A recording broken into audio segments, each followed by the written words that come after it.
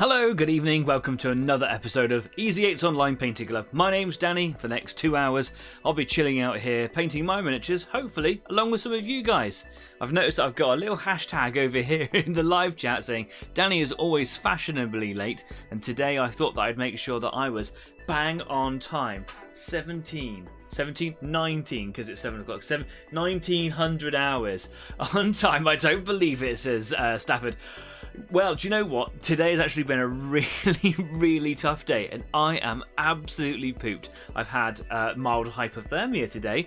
That's been fun, and my hands are really hurt. I'll explain why later on. And my hands are also really quite grubby despite the amount of washing.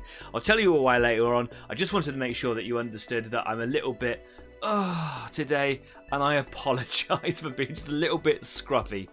Anyway, this show is all about you painting your miniatures along with me and all these guys over here as well. We've got all of us. We've got a big pile of shame, hordes and hordes of grey plastic, and this show is all about putting colour on that plastic. So if you're working on something this evening, whether you're building something, whether you're painting something, or do you know what, even if you're just along for the chill, come along and tell us all about it. If you're so inclined, drop a little message over here in the live chat. Say hi to these guys and myself. Or if you like to, you can put up a little comment down there in the comment section downstairs. If you want to follow us on Facebook, we're also there as well. We're also on Instagram, and you can catch me on Discord at the end of every show. And so these guys come and join me as well. You can talk to me, chat to me face to face if you like. This week, I'm going to be carrying on with my Ironstrider that I was painting last week. I'll give you a proper close-up in a minute. I really love this model. I've been painting tanks a lot lately, and some of you guys have been telling me, you do a lot of tanks. I do a lot of tanks. I like tanks. I get a lot of views for tanks, but it's nice to change things up a little bit, and that's why I'm really enjoying this completely outlandish, far-fetched, ridiculous sci-fi model. I absolutely love it. It's been a real welcome change. I've still got loads of tanks over here. We'll get back to tanks another day very soon. So yeah, I'm going to be painting this guy here today. I was hoping to get a nice new paint because even though I'm painting on a nice background that helps bring out the orange colours that I'm going to be painting, the oranges that I'm using have got a really low pigment. So you remember last week I was talking about painting onto dark surfaces or onto metallics because I've sprayed this guy all silver. I had to base coat or prime that area with an off-white colour. Go back to last week's episode, watch all of that if you like. Even though I'm painting onto that sort of primed area, it's still a really low pigment count. So I was talking to Grant from Overlord Games, who's in the live chat. Hi Grant, how you doing? I tried to be 1 minute early, but yeah, I've got to be fashionably either on time or late. I was talking to Grant about what paints to use. Grant at Overlord also stocks loads of the army paints. And they've recently brought out Fanatic paints, which are really high pigment paints, but really high quality, used by quite a few pros. And they're not being sold individually until when did you say, Grant? Hi, yeah, I see you talking in the live chat. You said that they were going to be released around June time, or was it a little bit earlier than that? Anyway, they're not close enough for now, so I couldn't get a single in their oranges. So we were discussing back and forth for a little bit, and he suggested and reminded me of Duncan Road's 1 or 2 thin coats, which is supposed to be a really good paint brand, designed for, good coverage, thin. So I ordered one of those, and it was supposed to be here today, ready for today, late April, there we go. It's supposed to be here today, and it hasn't arrived, and it's going to be here on Monday, so I'm going to have to make do, which is absolutely fine. Even when that paint arrives, even if I finished all the orange today, it's not a big issue, because I've still got it for future projects. I'm going to paint a lot more orange, it's absolutely fine. Yeah, so that's what I'm going to be doing today. Like I said, if you are working on something today, do let me know. I'm genuinely inspired and motivated by all of the stuff that you guys do. So come and tell us all about it. If you've got a celebration to hold about a recent victory that you've done, or maybe you're struggling, maybe it's just you got a lot of stuff to do, or like maybe Stafford says sometimes, I just hate painting window shutters, or I just hate painting tank tracks, or I just hate painting XYZ. It's absolutely fine. We all struggle. We've all got every painting job. Is always fun until you get to that bit, and there's always that bit in every single painting job, and that's what the show's all about. It's just kind of giving you some company, really, isn't it? Anyway, I think, but just before we go to the workbench, I'm just going to remind you to subscribe, because every subscription goes a really long way to making this community grow bigger and bigger. We're up to 170 right now, and that's an absolutely fabulous number. And a couple of weeks ago I said, see if you can get me 170 subscribers by the end of the week. And you did within that day. That was like 2 weeks ago. Thank you so much to those people that spread the word of Easy 8. Go tell a friend, go tell a colleague, put up a poster or whatever. And then literally getting those subscribers there and then was just absolutely fantastic. So thank you. Having those subscribers, I just want to put this out there, and I say this every now and again, it's not about making my ego grow. I've got a big enough ego, I don't need anyone's help for it. It's not about becoming a celebrity or anything like that, because I don't want that. It's all about creating the ultimate place, the community for you guys, for me to join in, so that we can all paint our stuff together, because this hobby connects people, and I love being the reason that people get together, which is why I play games with my friends, why I run this show. So help me out, guys. Get some subscribers to the show. If you get me 200 subscribers, I'll bring my cats into the studio, and there's a few people in the live chat that'll be able to tell you how bad for me that would be. So yeah, please subscribe. It would literally make my day. Staff says, I just hate painting. Yep, fair. Jeff says, I've been making World War I pillboxes. That's a nice change. That is a nice change. You're right. Would love to see some photos. If you want to stick photos of your stuff up, you can put it on Discord. You can put it on Facebook. Facebook's really active. Go over there if you want to. Overlord says, recent victory. Our YouTube hit 72. Defeat didn't get the job that I went for. I'm really sorry to hear that. It's never nice being told that you don't get the job. But it opens doors for other places, right? We just don't know it right now. But congratulations on 72 subscribers. If you haven't seen already, Overlord has just started their own YouTube channel where they're kind of introducing people into the war games that they supply products for, namely Flames of War, which is brilliant. Haven't played it yet, but I love all the stuff that they make, all the tanks and all the troops, etc. So go check out that. In fact, do you know what, Grant? If you could stick a link to your Overlord YouTube channel, put it in the comments section down here on this video, and then I'll make sure that it's included in the description every week from here on, because that's something that I haven't done yet, and I do apologise. Anyway, it would make my day if you all subscribed, so yeah, that'd be great. Anyway, to the workbench. So, here is my little model. There is a little bit of damage on this guy, and last week I lost the lid to my glue. Now, this little pot of Humbrol has been in my toolbox for, I'm gonna say, nearly 20 years. It has just come to the end, and I was actually really upset that I'd lost the... It's on the carpet somewhere, but you know the carpet monster, right? It's, I lost it, so therefore it's dried up. I've ordered a nice super thin brushable Tamiya glue that will be arriving with the paint that I've ordered. But I just wanted to kind of get the last of the glue out before it all dried up. Now, I probably could pierce a little hole in to get some glue out or whatever. I don't really even like, nowadays, I don't even like using glue out of the tube. It's good if you want to just glue bits together, but when you start getting into making nice models, you want them to look smart, and glue out of a tube is a really great way to ruin your surfaces, just because of the amount that comes out and the thickness that it is. It's great for beginners. This is where it came from. It came from a friend's Humbrol Spitfire 148 starter kit, and he didn't want it, and I just had it. Was like, cheers for the glue. But really, at the level that I want to be getting at now, super thin poly cements are the way forwards. So what they are is that they're like, you can search them online. There's Mr. Hobby is a great brand. Tamiya is almost identical in the actual product itself.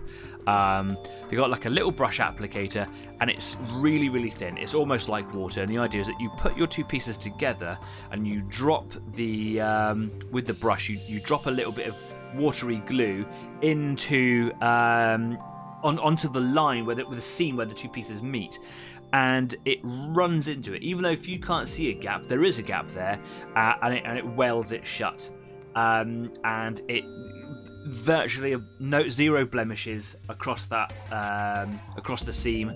And some people actually even use it to help get rid of seams, or like sprue lines and things like that, flash lines, where normally you'd be using like your little mold line remover and things like this. It's so thin, and it melts the plastics at such a small level that it can really help tidy up your miniatures. But if you're trying to like get seamless fits with this glue. This will glue your pieces together, but you're going to get bits where it seeps out when you squeeze those edges together. The idea is that you take your pieces apart, you put your glue on one side, splush them together, and then glue comes out, just like anything. So I'm glad to move on from this. Just wanted to use it all, and it's been in my life for a long time. This Overlord there is saying, like, dude, that glue is nostalgia. Yeah, it got me here, right? Anyway, moment of silence for the Humbrol glue. Anyway, enough of that. Cool. Right. The reason that I'm thinking about doing a repair is that on this model there are lots of like bits all over the place. And on the side of the legs here are these weird little protrusions. If you don't know what they are, they could just look like they are something to get knocked off. And you're right. This one here has been knocked really, really loose. Look at that. It's ready to go.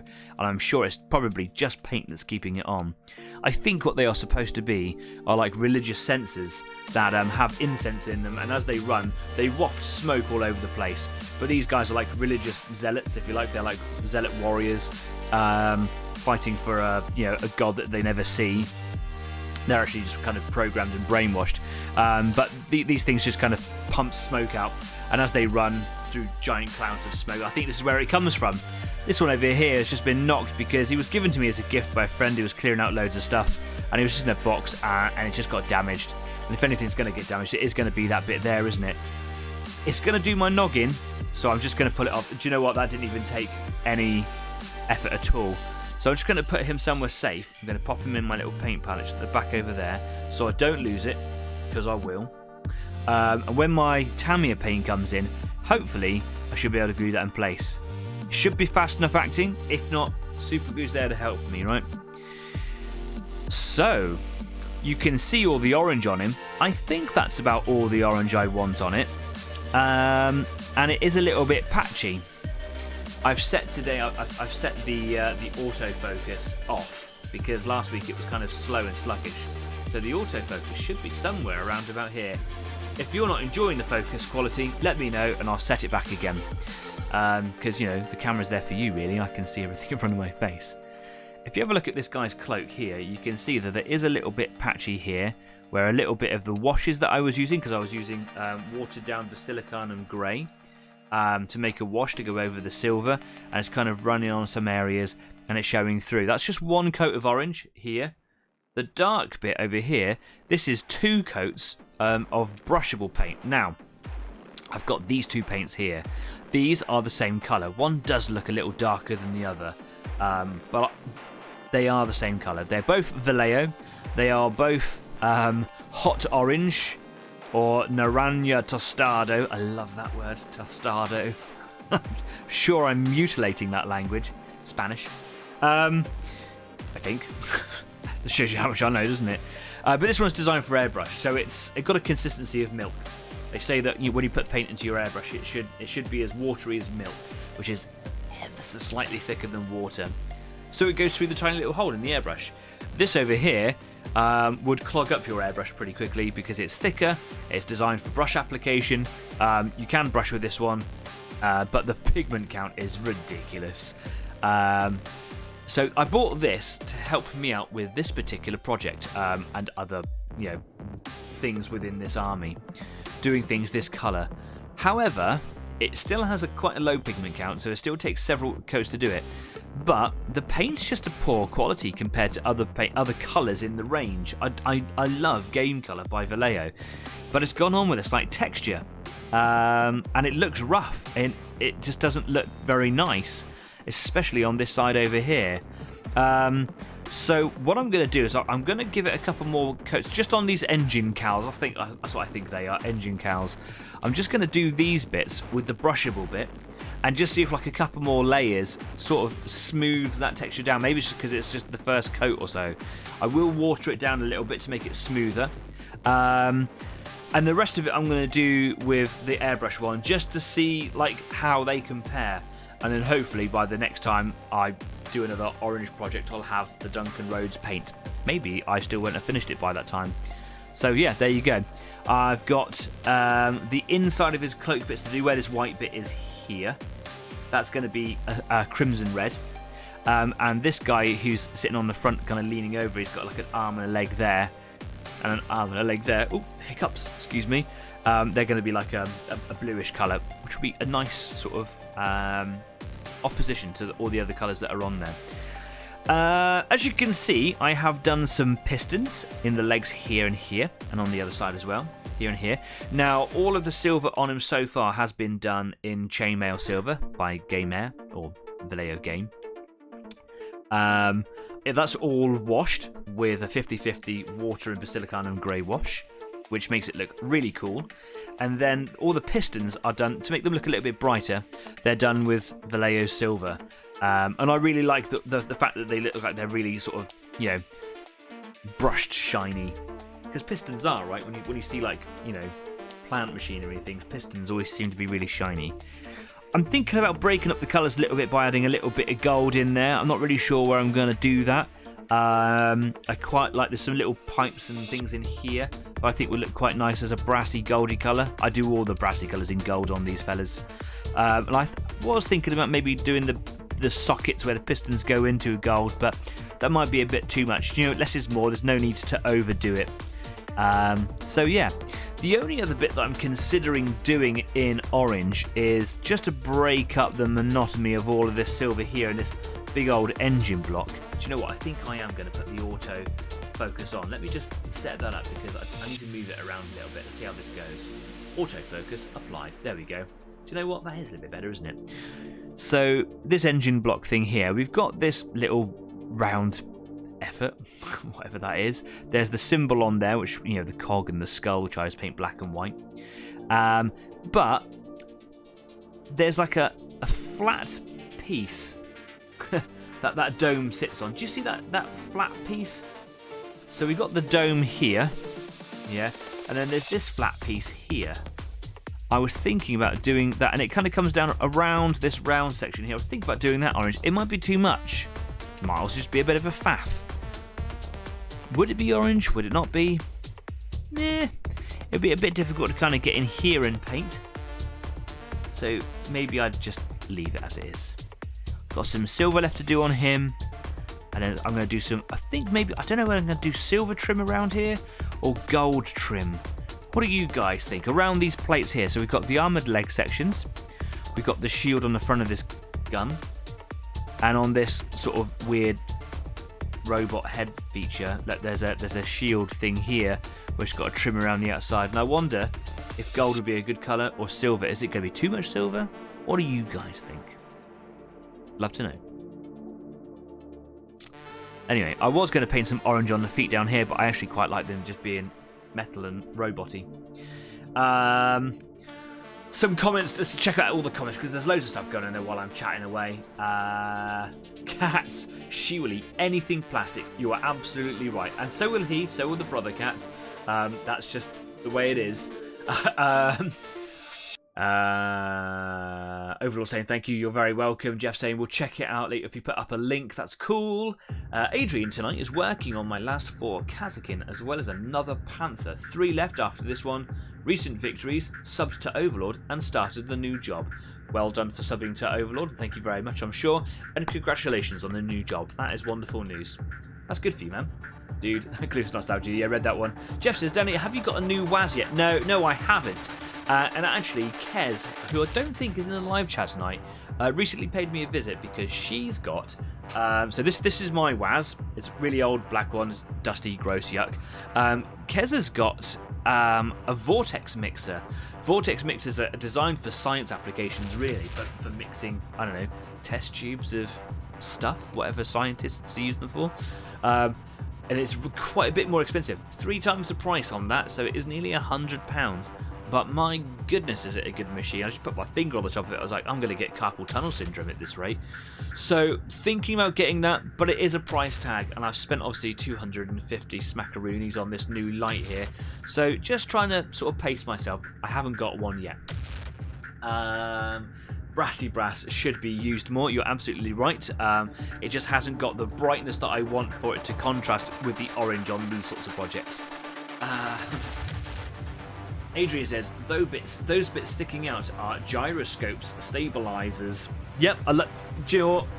Yes. Yep, love that. Jeff says too much. Too much to what? Too much gold? Too much orange? Too much gyroscopic stabilization? Too much talking, Danny, get on with it. Gyroscopic stabilizers. Sidonian Dragoons don't have them. Okay, cool, we're learning something. The Dragoons, they're the ones with the lances. Am I correct? I don't know. I love it. I just love all the make-believe stuff. Anyway, look, do you know what? Let's just crack on. What I did do at the end of last week, while I was on Discord, is I drilled out the barrels because I don't like a barrel that isn't drilled out. So can we see here? Yep, I drilled those. They'll stand out more when I paint them later. And I also drilled out the exhausts on the back of the engine here. You're going to show me? Is it? Yeah, there you go. So you can see that now. Little. Yes. Yes, says Adrian. Brilliant. Anyway, do you know what? It's time for a swig of tea. Been talking too much. Happy weekend, everybody. Cheers. So, not the weekend for me yet. I've actually got to go back into work tomorrow. Because training days and lots of assessments for me and my staff. So, yeah, I've got a busy Saturday ahead. But Sunday's my day off. So, first things first, I think I'm just going to crack on with a layer of orange and get that down first of all. So, just going to give, this is the air one, just going to give that a really good shape for now. We got some hearts going in there. Things have gone fuzzy, or is it me, says Jeff. Nothing fuzzy on my end, maybe it's your end. Doesn't mean it isn't mine. Let me know if anybody's quality is reduced. Sometimes YouTube, I don't know if it's like a setting that I haven't worked out yet, but sometimes on your thing that you're watching, YouTube sets the quality of the video low. This should be at 1080p. So if you click the little cog icon somewhere down the bottom right, I think it should be, it should give you the ability to view this in a higher resolution. So you should be able to see it quite good. We're not 4K here, but we are 1080p. Okay. Got my brush here. I've got my size 1. I'm going to get my size 0 just on the side there, ready to go. Cool. Just going to add a bit of water to my brush. Not that I need to water this paint down, but I think that having a little bit of water in your bristles just helps with the paint, transferring it onto on object to paint. I'm going to start off here on the legs. These leg shields here, whatever you want to call them, they're just really nice and easy to paint. Jeff says it's back to normal again. Good. Now it looks like when I paint it on, it looks like it goes on nice and thick, or nice and coated. Opaque, that's the word I was looking for. But as you move it around, you can see that it just goes really transparent very, very quickly.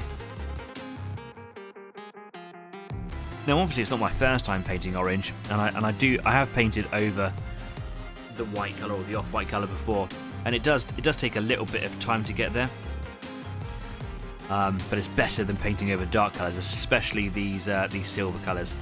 Now unfortunately you might be able to see just in here, follow my paintbrush, just there's a big black dot right in the middle of the orange, and that was like a little drip that I didn't spot of the wash when I was washing him down with the Basilicon and grey. Just dripped onto that, and this orange is taking a lifetime to cover over it. So I might have to come in a bit and just drop a little bit of white on there and ensure that we get a nice colour. So Jeff said too much. What does Jeff mean by too much? Tell me what you mean. Too much what?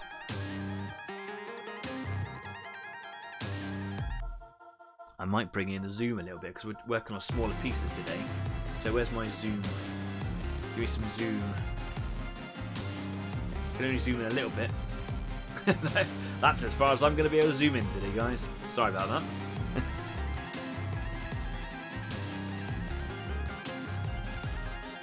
I'm sure it's because of the resolution of my camera combined with the workspace on my broadcast software. I'm sure there's a simple solution to it, but I'm just not a tech guy, so I don't really know. It's a wonder that I ever managed to get the show up and running in the first place, really.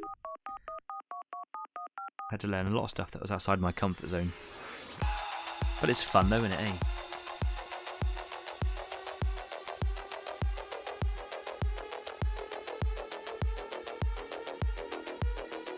Okay, so that's the leg shields painted there. It barely looks like any difference, but you know, bit by bit, we will get some coverage. Jeff says orange can make it look a bit too busy. Yeah, okay, I hear you. Are you talking about like the little section on the back of the engine block? Is that when I was talking about that? I think you're right, which is why I didn't do it to start with. I thought that it could be a bit much. When I first started painting it all with a silver, I thought this is a lot of silver. What is actually going to be orange? It was difficult to tell how it was going to be. The robots they got a lot of orange on them, and I think it suits them. They look a lot more toned down, aren't they? That orange is very, very bright in your face. That's what it's going to look like eventually. But I think that suits them. Bit of silver and gold on the back, a little bit of blue on them to kind of just mix the colour temperature up a little bit. But yeah, I think this is enough orange. There's always that temptation to want to do that, just that little bit more. Oh, this looks like something that deserves a bit of paint on it. I'll paint it this colour.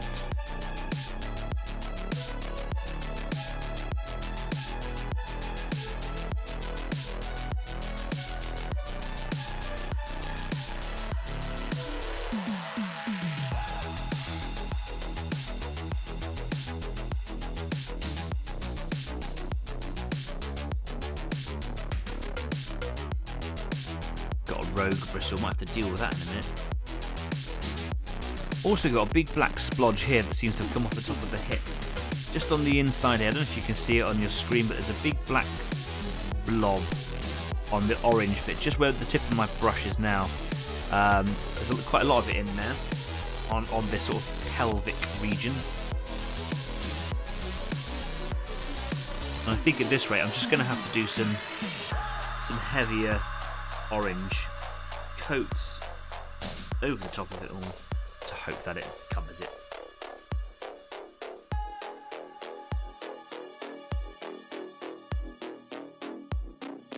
I'm a little shaky in the hands today. It's been a bit of a rough afternoon. So my job, I work in the outdoors. I work in outdoor pursuits at an activity centre for children. They come and stay with us at a residential centre. And I lead a team of instructors. I train them all up. I help them, deliver sessions sometimes, and we do like really cool outdoor adventure stuff, like rock climbing and surfing, and all the cool things. Been doing it for a long time, and I love it. But it does mean that you got to work outdoors a lot. It means you got to work outdoors in all conditions, and I never shy away from that. I actually love that. I mean, it's wonderful. Good to be outside experiencing nature, but sometimes the weather just turns against you a little bit, and today was one of those days. So when it comes to all our safety stuff, we have to make sure that we're trained and assessed. So when it comes to our stuff that's off ground, all our ropes activities, we've got to have like assessments for them. So I'll train up all the staff with my other colleagues at the same level as me. We'll go and train them all, and then together as one big team, we'll all go and do these assessments. So we have a guy come in who's really good at like mountain climbing or whatever, and he'll tell us that we did a good job or not.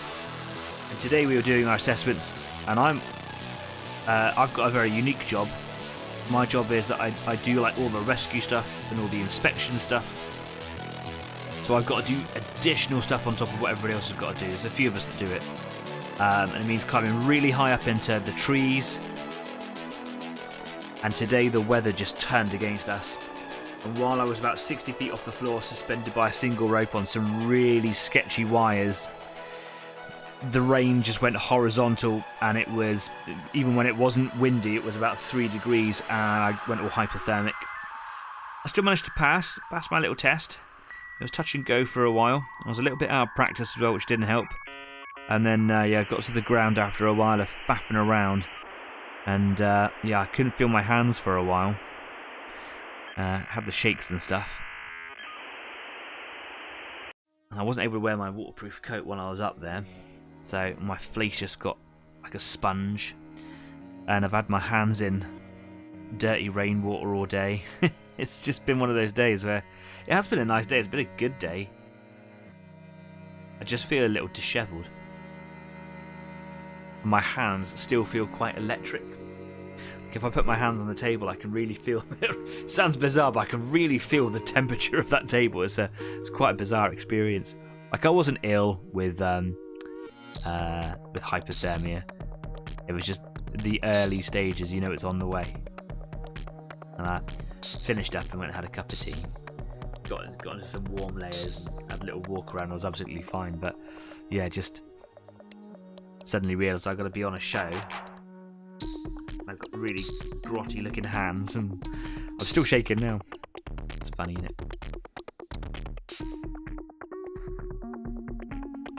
Okay. There are some weird angles I've got to get to painting some of the little nooks and crannies on this little fella.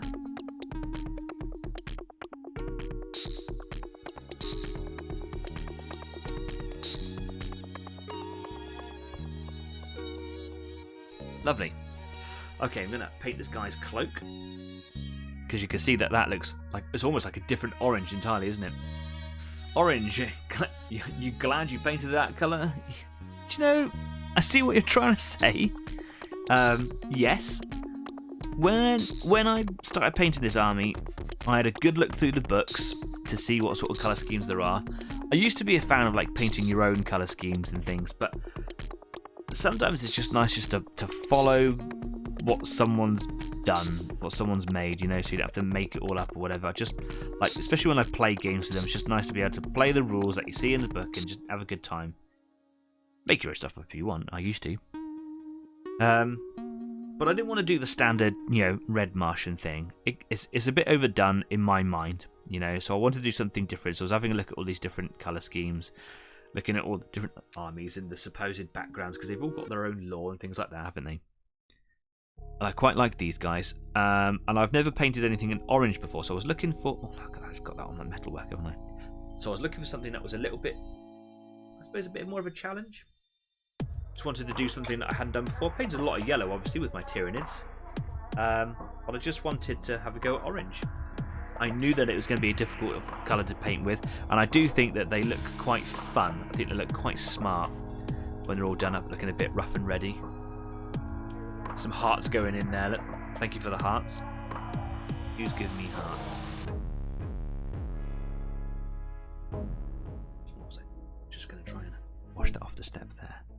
It's got like a little rider's stirrup or something, like a little footrest. Just got a load of orange on that, like an idiot.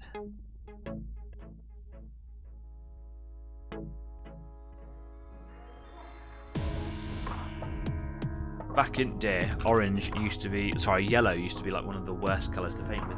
The yellows that I've got and the way that I paint them, they actually work really well, and I've not really had a problem with yellow.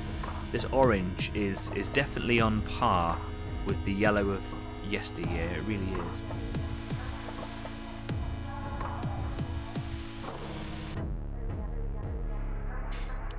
Where was I? Just here on this cloak here, wasn't I? Go.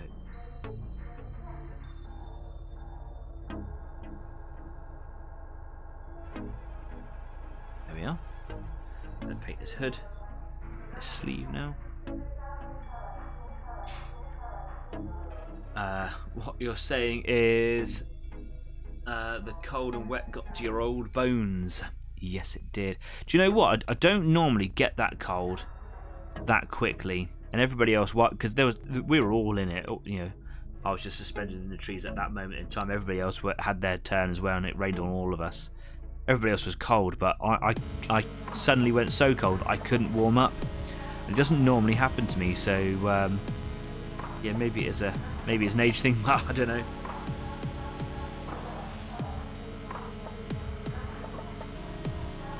It just suddenly got me. I just suddenly realised I am so cold now.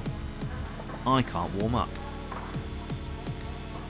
I've got more tests and stuff tomorrow, but that's all going to be slightly more undercover.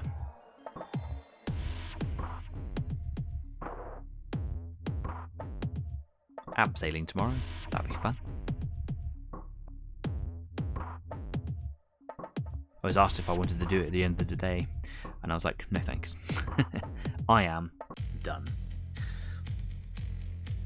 So weren't you tempted by, say, the Metallica colour scheme, white with a red check pattern? Nope.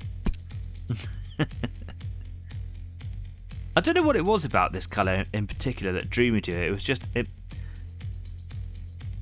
I did think very heavily about doing the Martian red one. I don't know. I just wanted to do something different.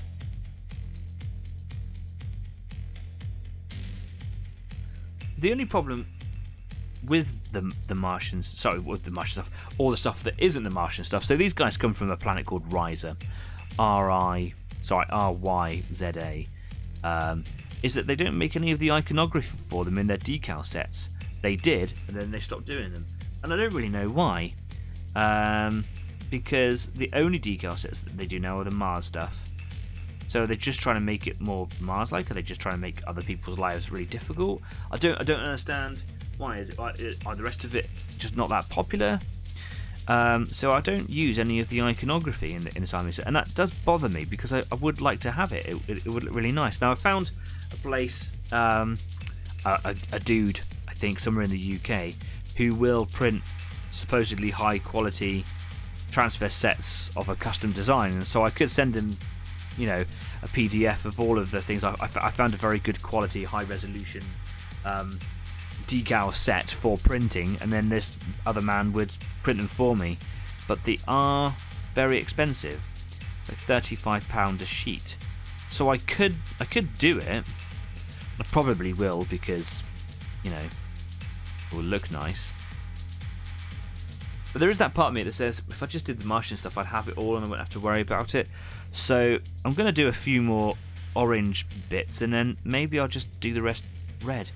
Just sounds like a bit of a defeat, doesn't it? A bit of a victory for, you know, no reason at all. Victory for the bad guy, whoever that bad guy is.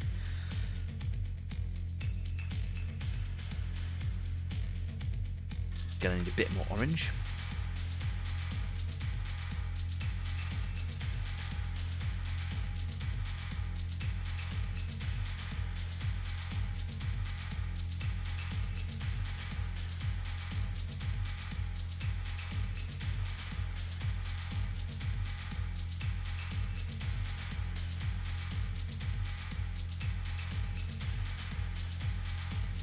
I think I've overbrushed it here on this gun shield. I'm getting a bit of a brush texture even with the airbrush paint, so I'm just going to leave that alone for a minute.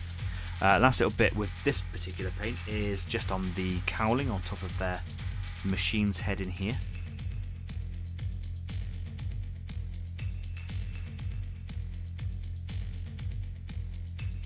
Lovely. That's one side of it done.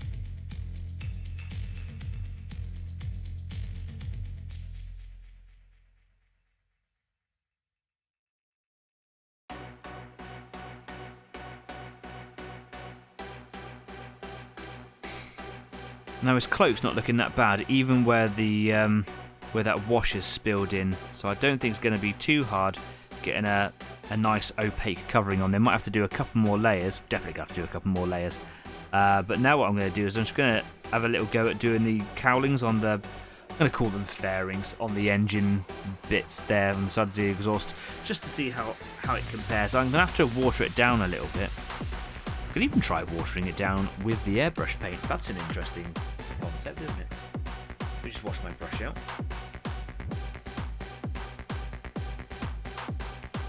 Sip of my tea.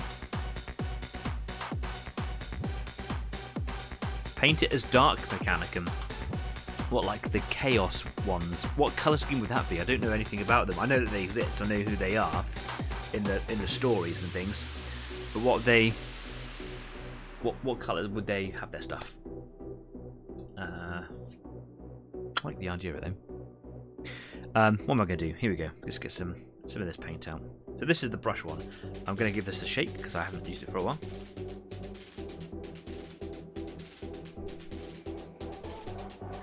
No Wazomatic here. Sad. Okay. It does look like a different colour. Something about it being an airbrush paint changes it ever so slightly. Looks richer. Slightly darker. The brushable version. I'm going to add a drop of water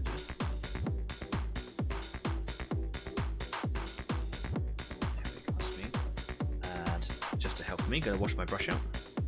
In case I've got any build-up of paint in the bristles. I just don't like the way it behaves. It feels wrong. Okay.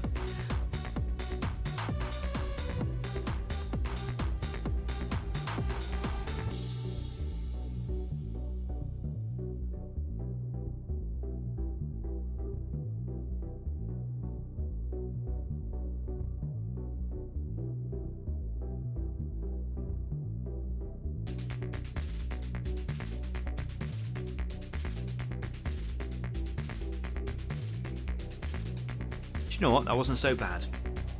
Maybe I watered it down enough. There's a couple of rivets on this cowling. So there's a rivet here and a rivet here. And around those rivets is where the texture starts to happen. So maybe it's just like the paint kind of is agitated slightly, coming off of the brush, going around those little details. Maybe I should need to think about how I apply the paint at that point. Now I've got the edge of this piece going around here. Sure, I get some paint on there.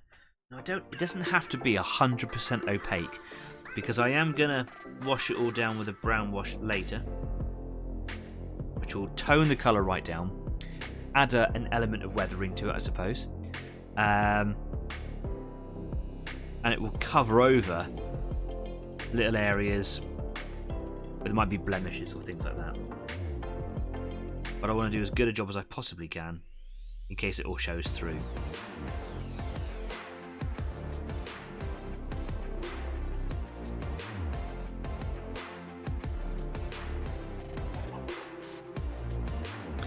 You've got these little slots here. I'm just going to make sure that I get some paint in between those. Because it stands out if I don't. Dark Mechanicum is black. What is S Dark Mechanicum? What do you mean by S Dark Mechanicum? And if you would make the mechanical parts look exceptionally old and worn. Oh, okay, I do like doing that. Is that because they're supposed to be like from the Age of Heresy?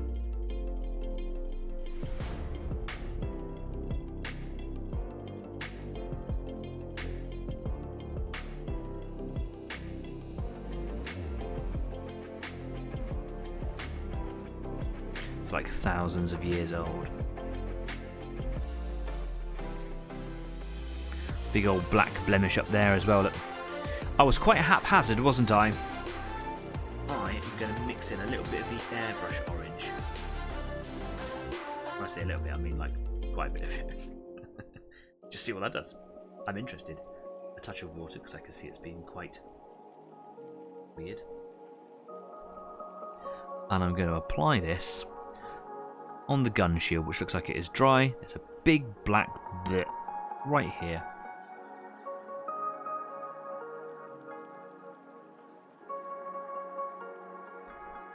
Looks like it doesn't change its properties in a very significant way.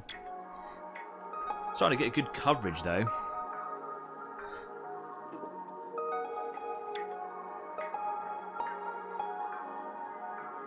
What does everybody reckon about the colour trim on these parts? Where I've got trim, so on the gun shield and on the legs and on this little robot head. Should it be silver? Should it be gold? I think gold, but I wonder how the gold would look against the orange.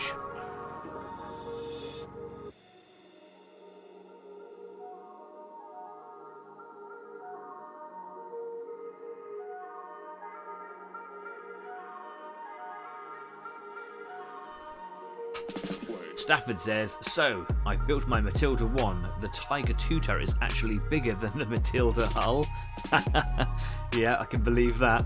Now this World Models and Minis. Hello all, I got a Friday off, so I had to stop in. Hi John, thanks for stopping by. Nice to see your name in the live chat again. I hope you're doing well.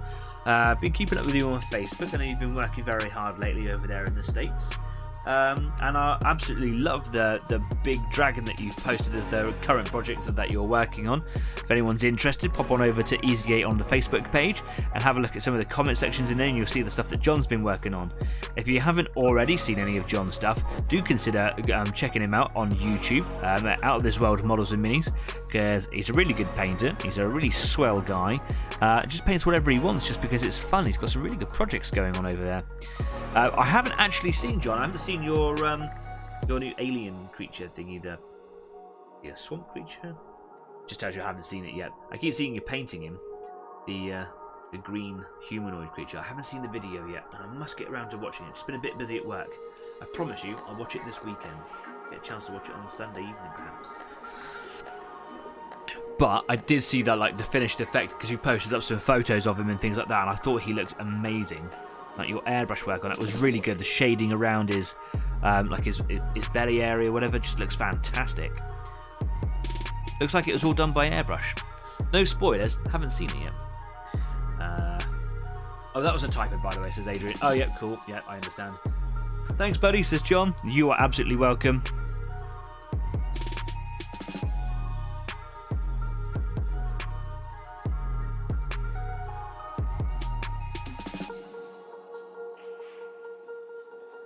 I am using the mixture of the airbrush paint and the brush paint, just kind of seeing how well it covers over all the other pieces here in terms of its opacity. Seems to do a nice job. It's probably like adding a little bit of water but with orange in it.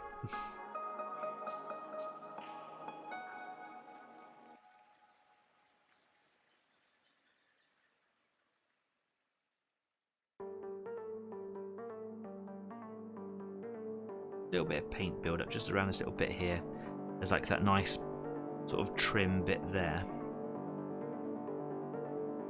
I don't want the paint to build up too much because we'll start to lose the detail there, and it's just because the paint's quite watery.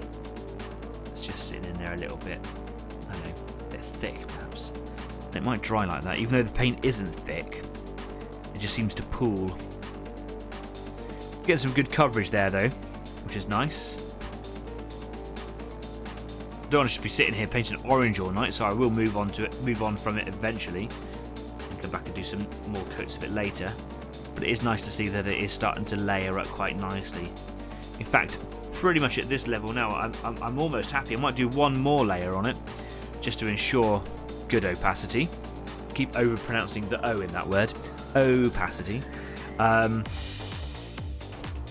because I know that I'm going to wash it. I do want a little bit more opacity in there, especially where these black marks are. That's doing my head in now.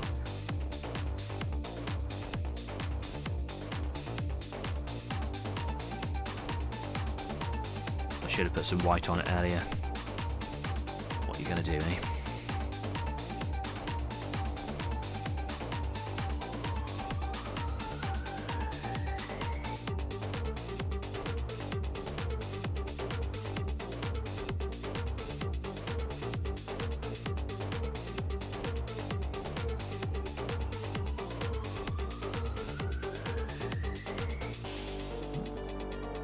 More orange on the foot plates there. They seem to be in the way, don't they?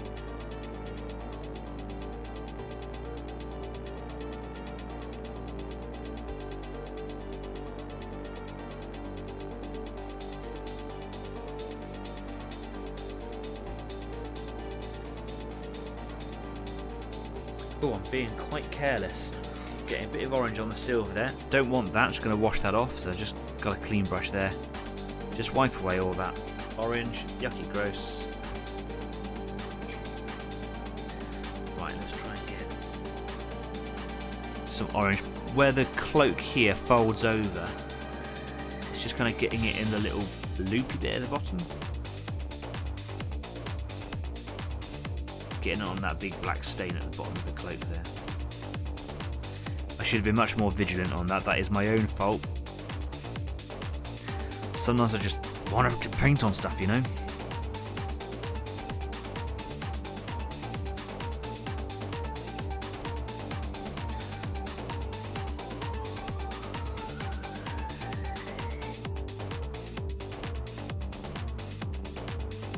looking good.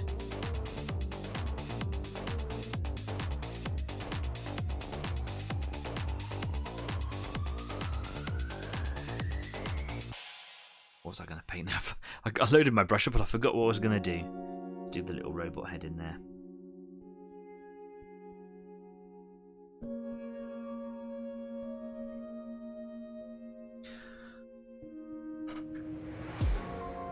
Stafford says, yep, I magnetised it. It looks ridiculous. I suppose they're talking about the Tiger 2 turret there. Magnetised it to the top of the Matilda, did you? Adrian says, the Dark Mechanicus is from the Horus Heresy. Yeah, I thought it was. The troops would suffer from a lack of maintenance. You might also have to modify the model, so instead of a servitor, maybe a cage for a trapped demon. Yeah, that's kind of cool. I like that. If we're talking about silly designs or whatever, have a demon in it as well, just for good measure, you know. The only things I think we're missing there now is sharks. Pool of piranha or something.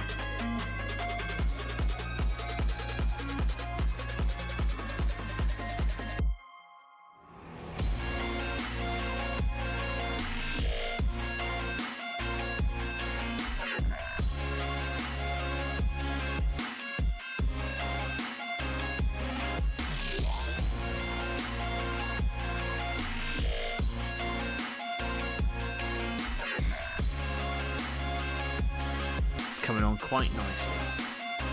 I'm going to use up the last of this orange paint I've got here sat on the palette. Just making sure that everywhere gets a nice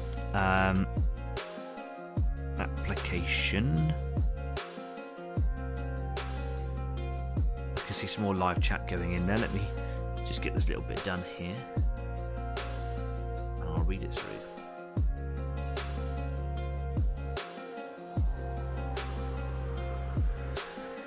Jeff says, I reckon a nice dark brassy brass around the edges of them leg plates.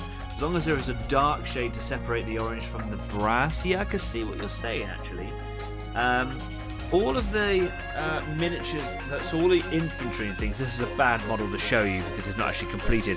You can see there's little bits of brass on the gun, a little bit around him, and there's some gold bits on the back. So that's all gold stained with various browns or blacks and things.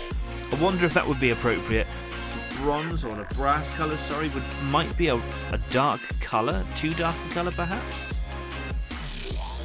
We'll give it a go.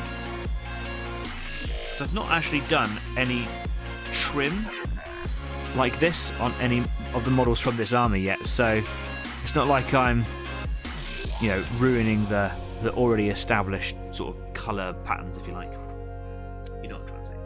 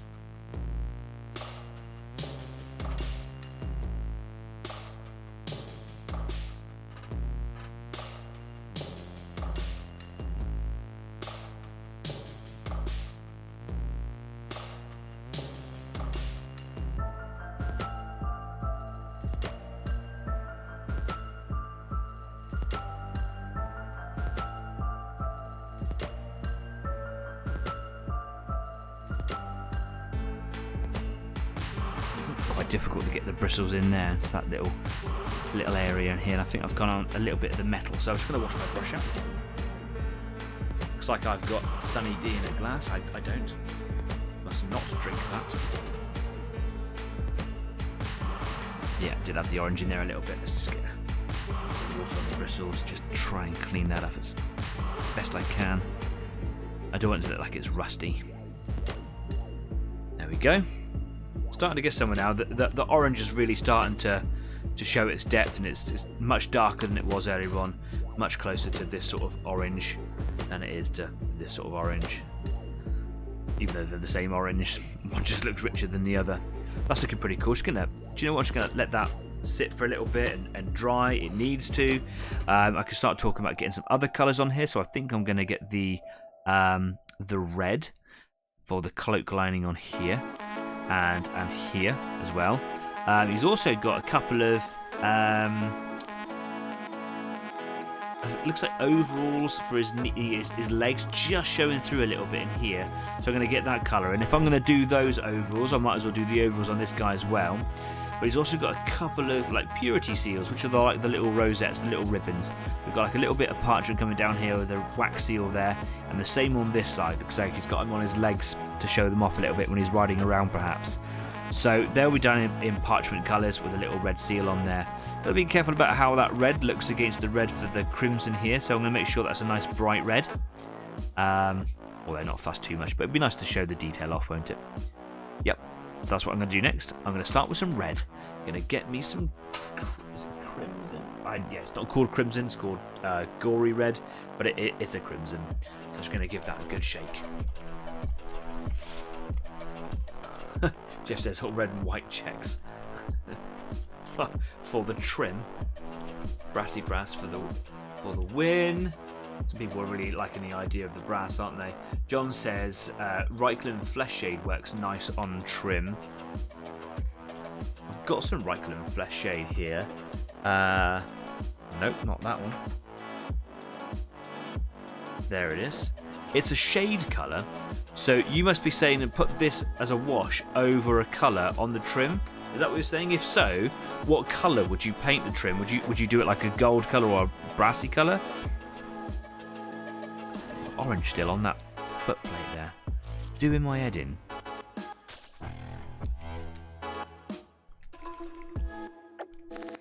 So I'm going to move my palette around to choose a different bit. Lovely. And we'll get this on, and I think we're getting pretty close for having a break. So, just a bit of water in the bristles. This red will cover better than the orange, but it will still need several coats. Almost goes on quite pinky there. Small screen now, so you can't see. Gold or brass with the shade, and Adrian there agreeing with him. Cool. Well, I always do gold for these guys, so I'm quite keen to, mix it up a little bit. Do something a little bit different for the trim. So I'll follow that idea. I'll do some brassy brass or something. And I'll put some Reichland Flesh Shade on it, see what happens. And if it doesn't look right, I can always go back over with a bit of gold and then do some, Reichland Flesh Shade over the top of that as well.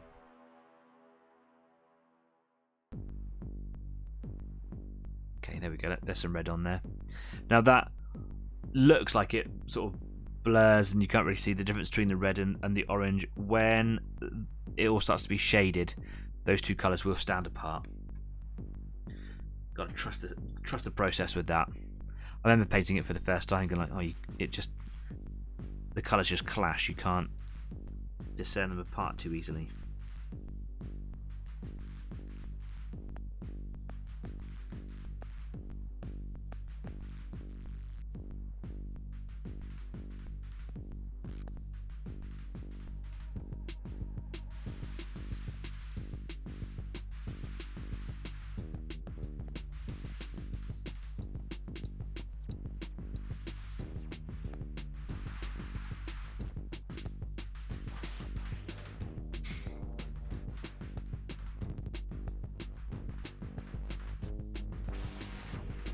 I don't think it needs any more red anywhere else. Not this crimson colour anyway. One side seems to be partially dry already, so I'll just make another pass on there. And then it can all sit and settle while we have a little break in just a moment.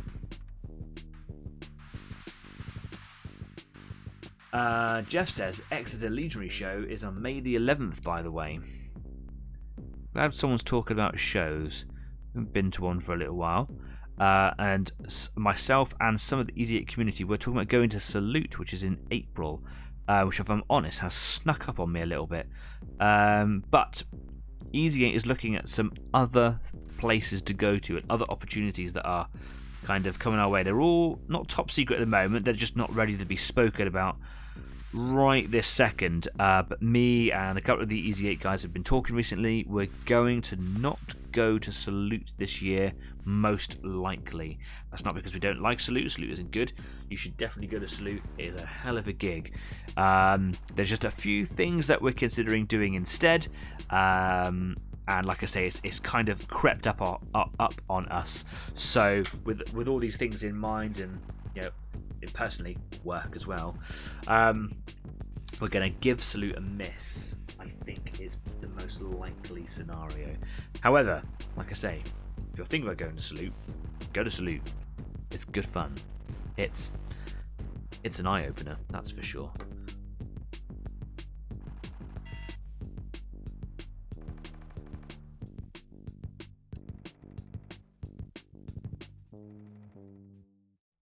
Just coming in with a little bit of orange just underneath the cloak where it kind of wraps around. I've missed a little bit on one side. If I look from underneath, you can see it quite clearly. I just want to make sure that that white colour that I've used to base where the orange is going to go is covered. It should neaten it up all quite nicely.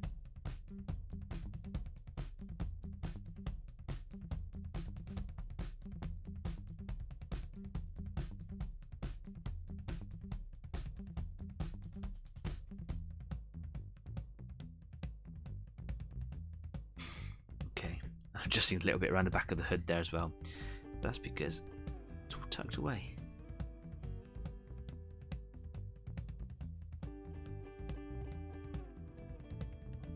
Lush. Right, that. I know it's been like a long time of just painting orange for a very small amount of orange, but it's actually looking 10 times better already. Still needs a little bit more to go, but it just needs to sit there and sort of air dry and just rest and relax a little bit. And I agree with what Jeff was saying. That is enough orange, actually. I like the fact that it's all located in just this sort of area here. It's not too much. There's some other colours going in there as well to mix it all up. And I like the amount of metals that are down here. Maybe I will do a little bit of gold stuff on here as well. Maybe these, what do we call them earlier on? The stabilizers. Yeah, maybe we'll do some golds. Just a little bits and pieces. Just to kind of add a little bit of, add some differences in as we go. But yeah, just gonna let that sit and rest. I'm gonna wash my brush out because it's probably loaded with orange pigment right now. You should see the state of my tissue. That's just from wiping out my brush today. Right. I am going to disappear. I'm going to throw my brush around the studio is what I'm going to do. I'm going to disappear for 10 minutes. We'll have a little break, stop listening to my voice. Whatever it is that you're going to go and do, you should definitely go and change your paint water. I'm going to go get myself a grown-up juice. Bye.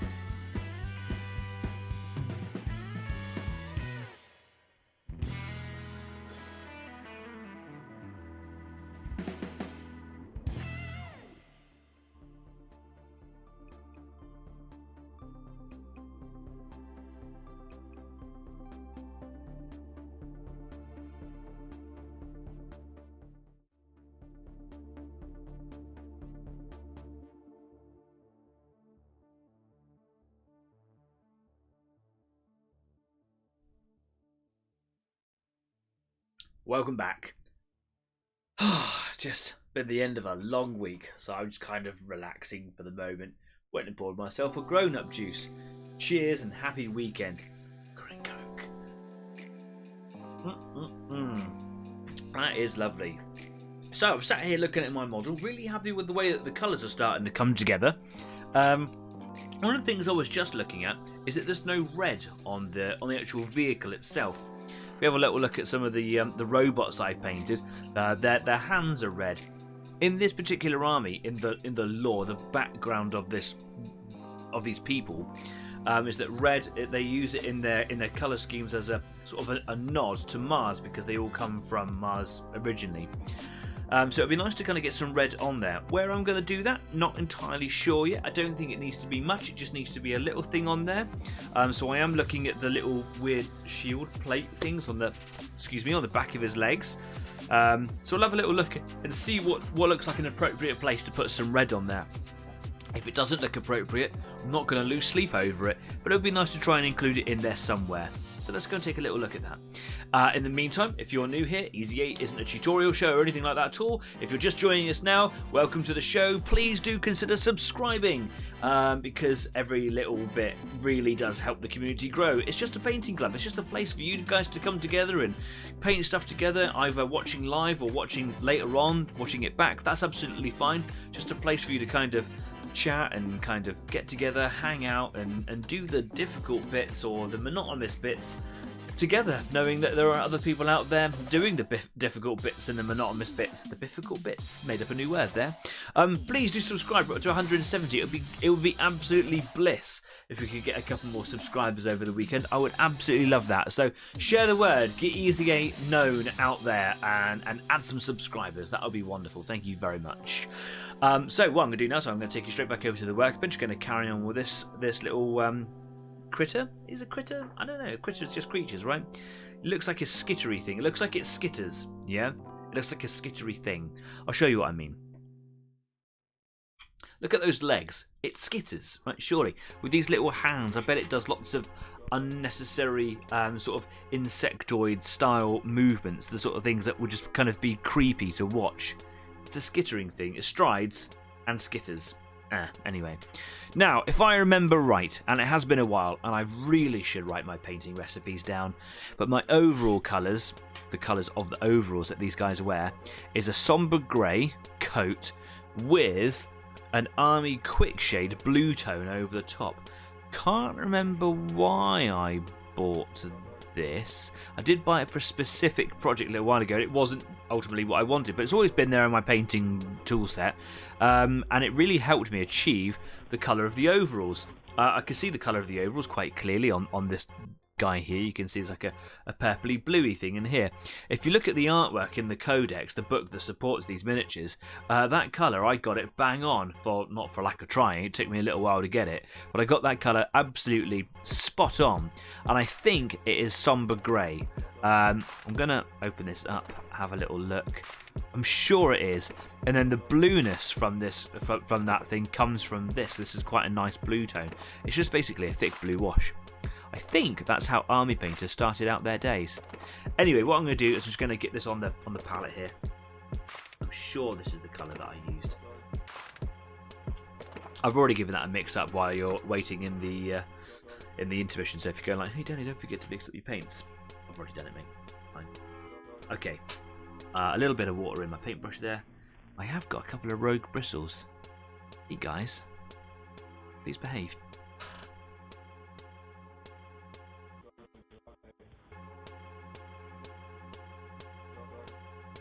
Right.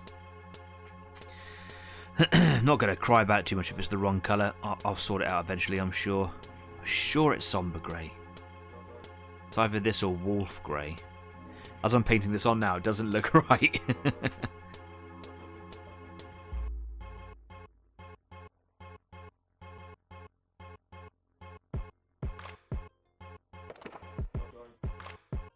How are your painting projects coming on, by the way?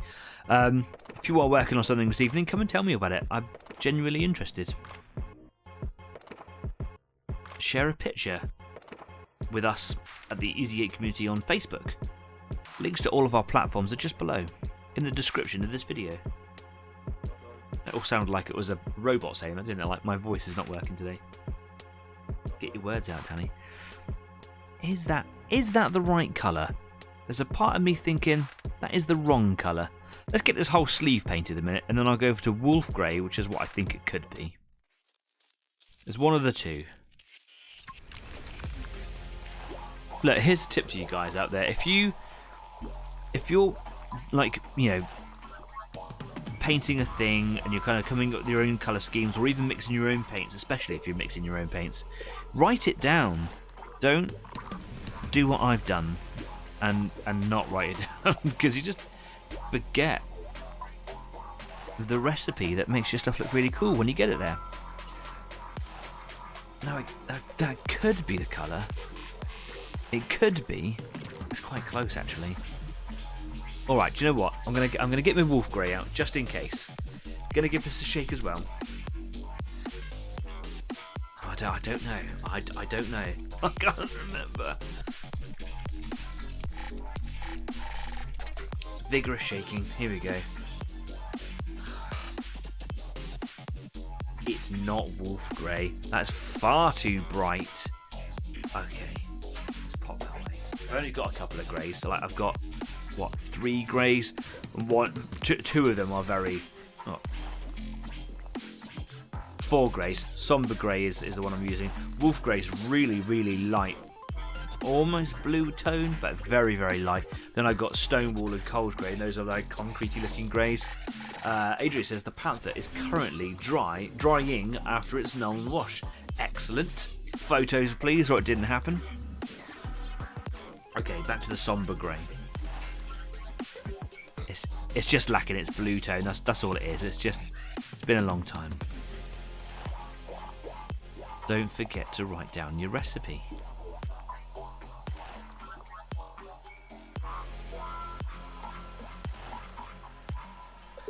I'll make sure that I'm actually in the camera shot, shall I? That'll help.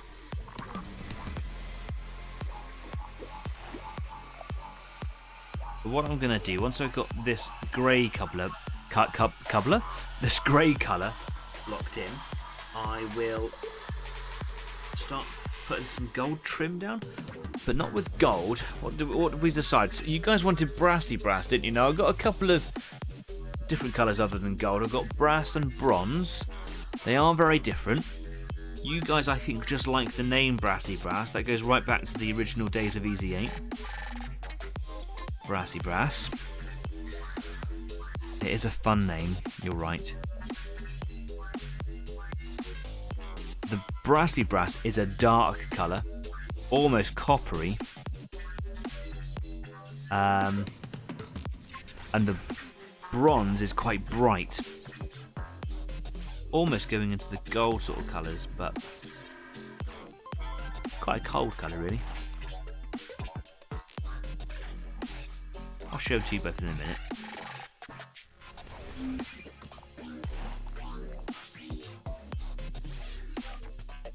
I'm going to do the leg on the rider as well. He's got a bit of his overall show in here, hasn't he? Just a little bit.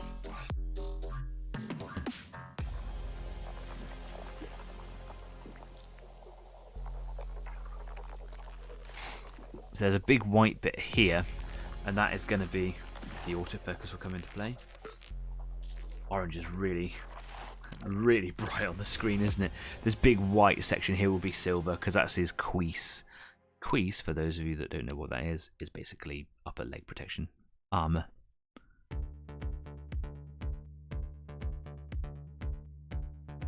Armour for his little Martian thighs.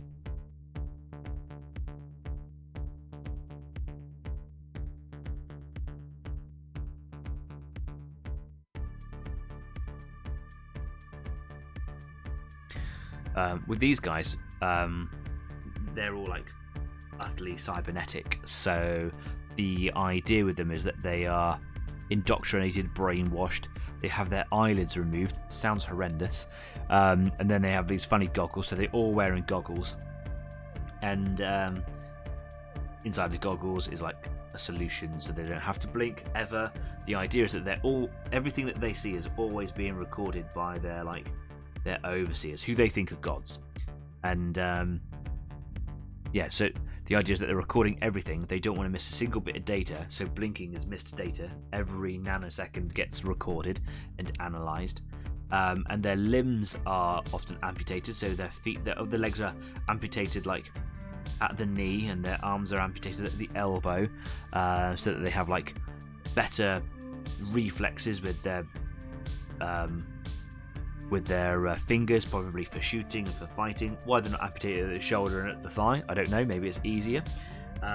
So yeah, you can see these overalls here, and then they kind of go into a boot, but the boot itself is actually a like a cybernetic prosthetic.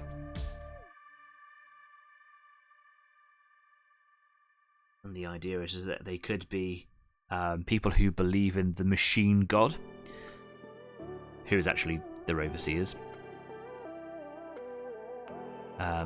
So they think that they're fighting for a god, or it might actually be, rather than people who are devoted and whatever, it could be prisoners, people who are criminals, whatever, who have been kind of given over to servitude and then brainwashed and programmed,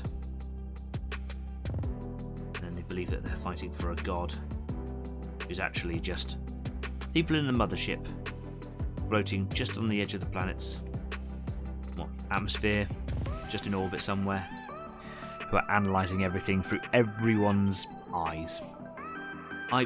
While that's really dark and dystopian, I really like the concept. I know it's bonkers and a bit far-fetched, but whatever. Just gonna get a bit of water in my brush down. The paint's drying just a little. Thought you said queef. When did I say that? That's a word I want to say. Picks her up on Facebook. Gotta go now. A certain pup of mine is getting antsy and wants to go out. See you all next week. Take care, Adrian. Thank you very much for stopping by. Cheers, pal. That last word was pal, not but. It's been a long day, alright?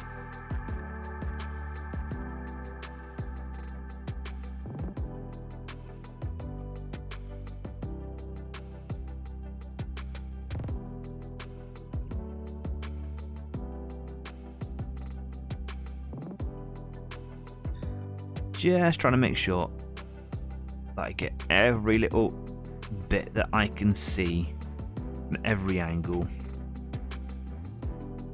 because I primed this area or base coated this area with an off-white. It does show out against this sort of darker grey colour, and the silvers around it. And if I miss it, you'll see it, and it'll just look, well, crap. Frankly. Okay, so just the rider's other leg here.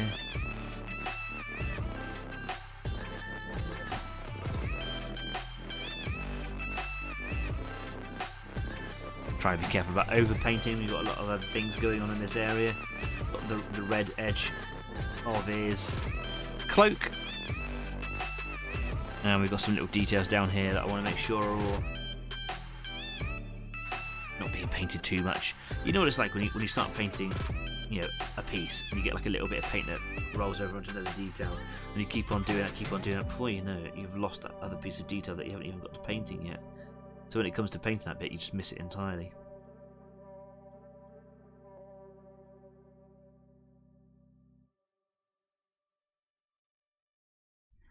There we go. Now hopefully this is the right colour. I'm going to go back to this side. Put a bit more water in my brush, just a touch. Paint, load it all up. There we go. I'm going to just start back on this side here again and just give it a second coat. As a last word, says Adrian, the machine god is a katana that is locked up by the Emperor in the Noctis Labyrinthus. Don't know what those words mean, but it sounds cool as beans.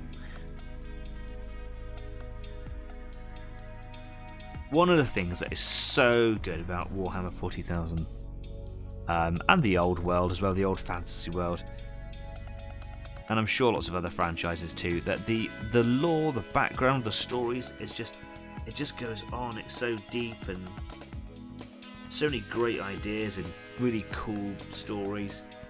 If you're a fan of dystopia, it's definitely something to go and get involved in. So there's hundreds and hundreds of books out there, and then not just even in the books, but just in all the supporting material for the games. It's like all the codexes that tell you how to use your army in your games.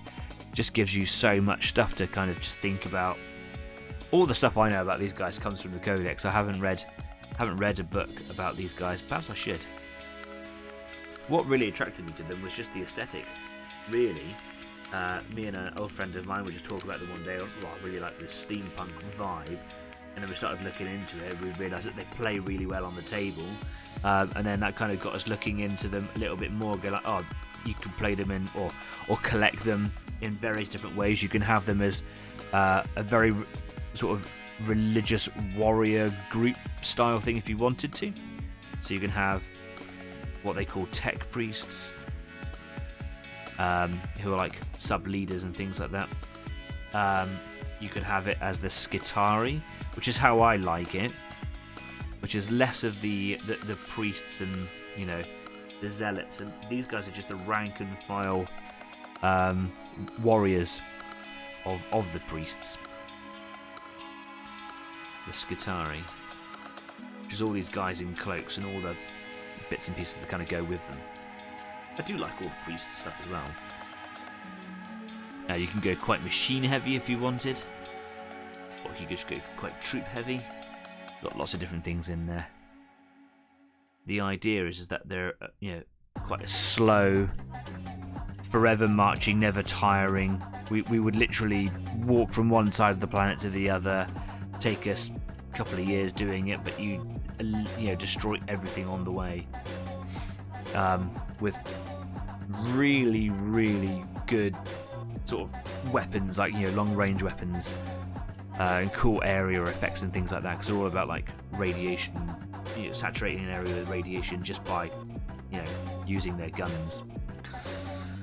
They do have some close combat capability as well. It's a bit more a specialist, a bit more elite. And they have like some really good synergy effects, so combining special rules with certain units and doing some things on the table, they can actually become quite complicated. For example, these robots here work quite well on their own or in a small group, but you could put them with a data smith, which is like a guy who programs them, and they have lots of different programs, and as long as he's there present with them, you can get them to do other things in a much better way. If you kill him, then they lose that ability, but they're still pretty good themselves, So it's just about these synergy effects that really, really tips the scales on how effective they are. Right. So I've painted the grey on there. I'm like 99% sure that is the right colour that I should be using for it. I'm now going to let that settle for a bit as well, and I'm going to go now and do some trim colours just to see which colour looks good around the orange. The orange does need another coat or two. You can see in some places a little bit streaky, even on the bits that have the thicker paint there. You can see that's just a little, it just needs a couple more coats. So this isn't gonna, be the last thing that I do with them. Here are my two not gold colours. So I've got brassy brass and I've got bright bronze. This is brassy brass. This is bright bronze. I think that brassy brass would stand out more beside the orange. But I think the bronze would look better with the flesh shade. We call it flesh shade, but it is this kind of brown wash here that John was saying is a really good colour to put over goldish looking trims. If I flip this open, I think this one actually goes quite frothy, doesn't it, if I remember right? Yeah, there you go, look at that. Look at all that froth. But you can see, if I burst all those bubbles, can we actually see the colour of that paint in there? Are we allowed to? I'll wipe it on my finger here, look. You can see that is... It's a really dark brown, warm brown colour, and I assume that people use it a lot for painting over flesh colours, like my finger perhaps. Makes my finger look quite dirty. So I'm going to paint that over top of one of these colours. I don't know what colour to choose, so what I think I might do is paint one leg trim in one colour and another leg trim in the other colour, and see where that gets us. First of all, I'm going to start with good old Brassy Brass because I think it's an Easy 8 favourite. Going to give it a good old shake, hasn't been used for a long while. Worth mentioning as well that during the intermission, Mike joined us saying better late than never. I didn't say hi when we were in the intermission, I just looked up and saw you again. I thought I should probably say hi properly. Hi Mike, thanks for coming to the show. Hope you're doing well. What project are you working on today, sir? I know recently you've been working on a Challenger 1 with your son. A little push-fit model, but it looks really good. It was a Challenger 1, wasn't it? Not a Challenger 2. Okay, so I'm going to go to a smaller brush. Do you know what I'm going to do? Am I going to use my little 3-0? I'm going to use my little 3-0. I bought it, I'm going to use it. Just going to put a bit of water in the bristles. There we go.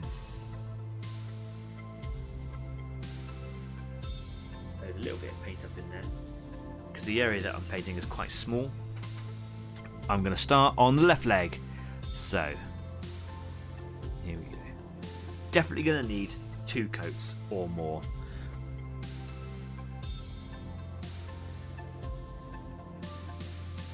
Actually, I quite like the way that contrasts against the orange. It plays well in the, I don't know, the overall tone. Maybe adding a little bit of flesh shading on top will really set it off.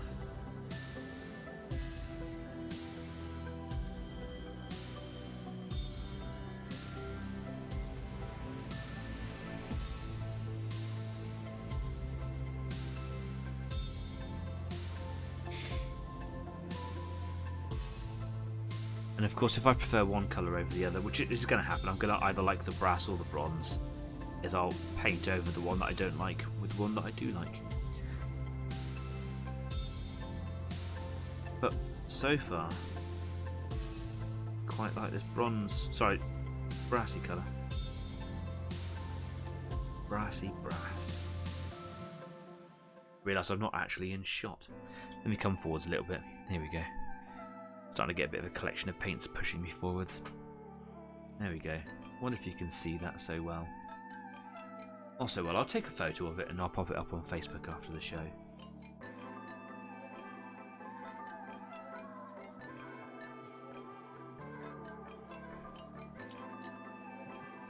There's so much orange, it just makes the screen glow, doesn't it?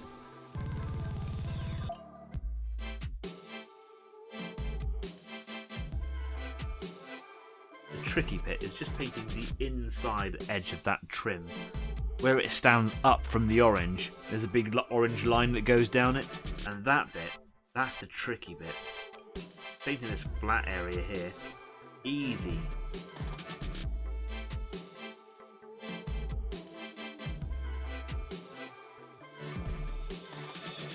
So what I've got to try and do now is just get it on that, should we call it an instep?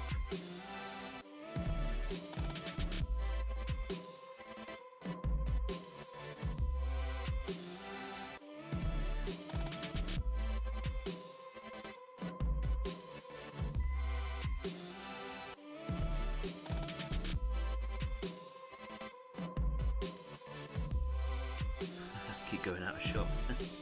So sorry.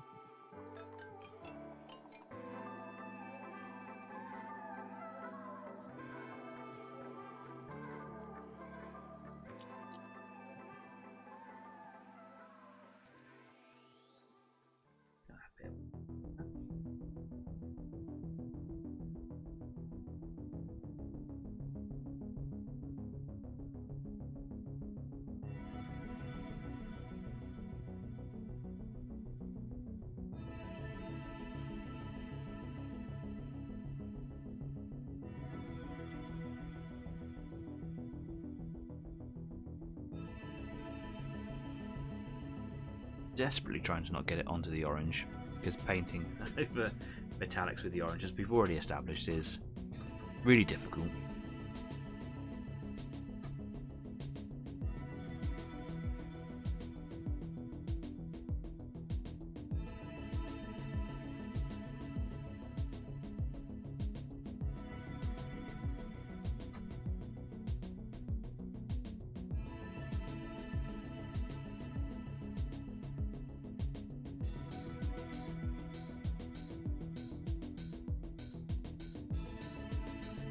It's looking nice though.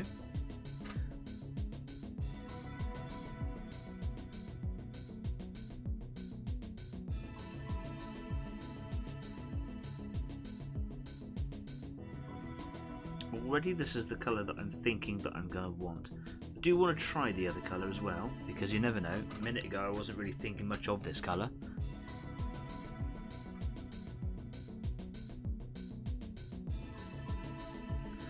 It just goes to show that, you know, sometimes you just need to see it first.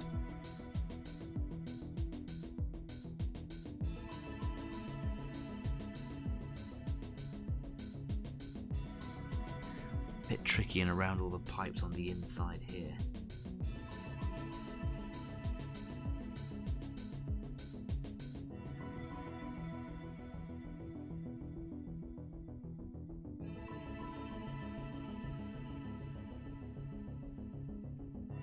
Just taking my time.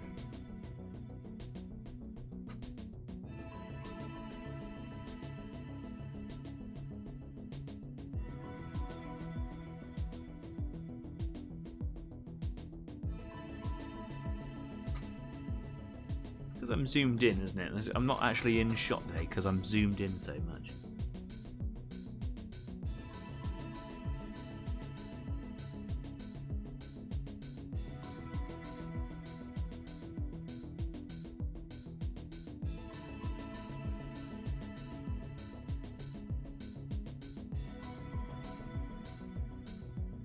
Well, I don't want to sit here and just be painting that for the entire evening. I want to do a test. I want to show you, kind of get your opinion on it as well, of what the two different colours look like. And if I sit here and try and do this neatly for the entire evening, I'm going to run out of time. So I'll just leave the instep edge there. Just neaten up these little bits, and then if I like it, I can come back and do this whole thing. When I move to the other colour, see that colour there? I think it looks quite nice, that. Here's the orange. When the orange is toned down by its wash later, hopefully it will stand out a little bit more as well.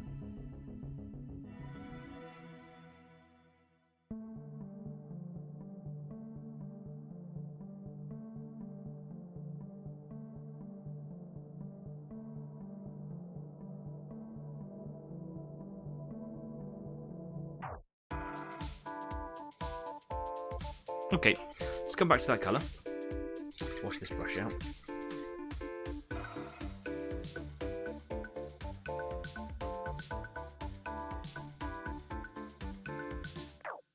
Nice. Let's go to bright bronze, which is the brighter of the two colours. Just put my headset on a bit tighter. There we go. Have a quick drink. Booze, booze, booze.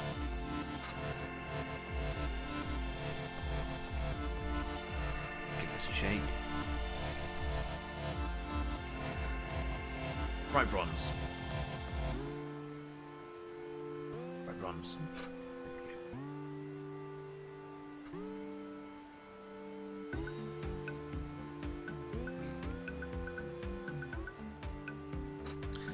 I think this will clash quite a bit with the orange, but let's see if I'm right or wrong.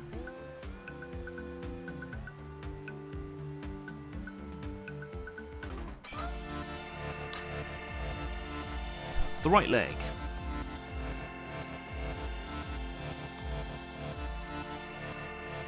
Well, maybe I'm wrong again.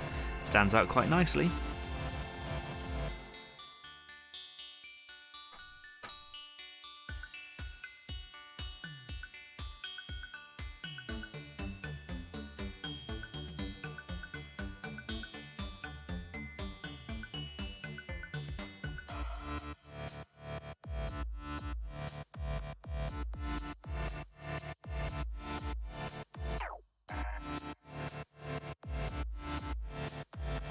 Gotta say, I'm enjoying the new 000 brush.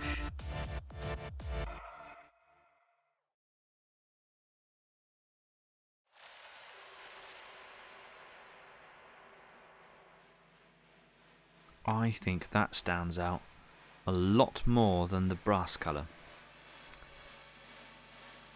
I want to use Brassy Brass because it's got an exciting name. Brassy Brass.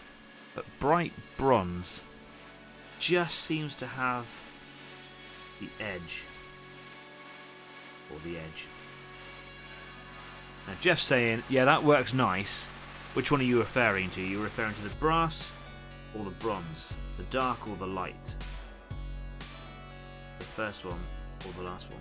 Sound like I'm working in an optician, don't I? The first one or the last one?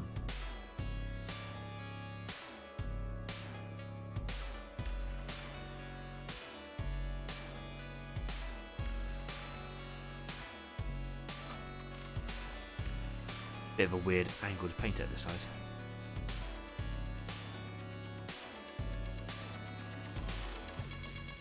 But I think that stands out. That's really nice. I like that colour. Focus. Obviously, it needs neatening up and, you know, proper coats and stuff like that.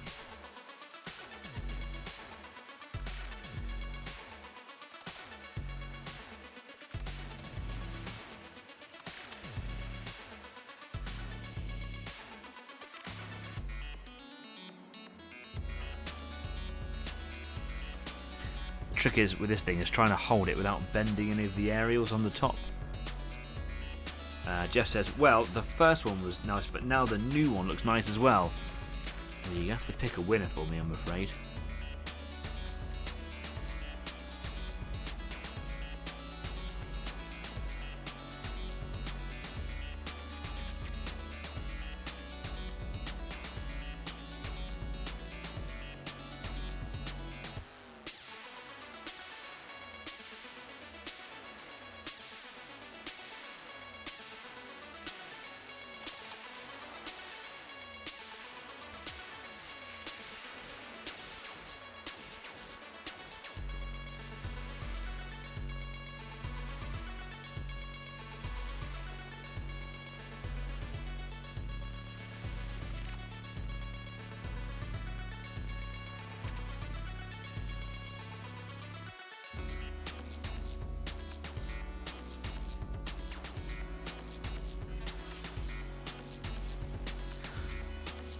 What do you guys think?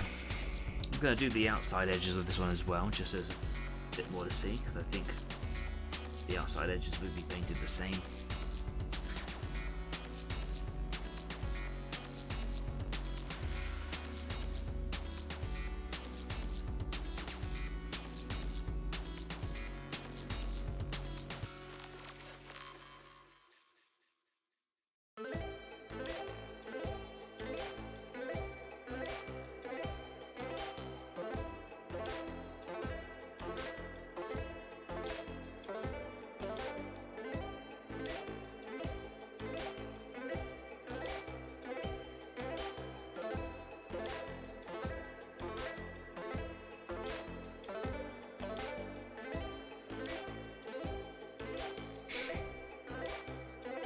I like that.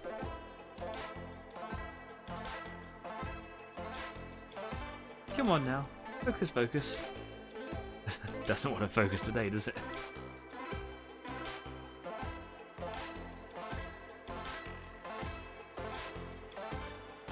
Why are you not focusing? There we go.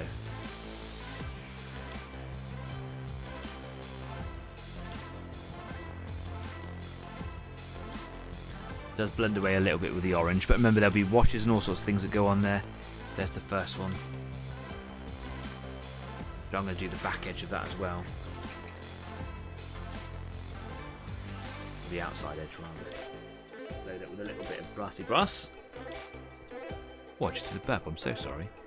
It's the vodka and Coke.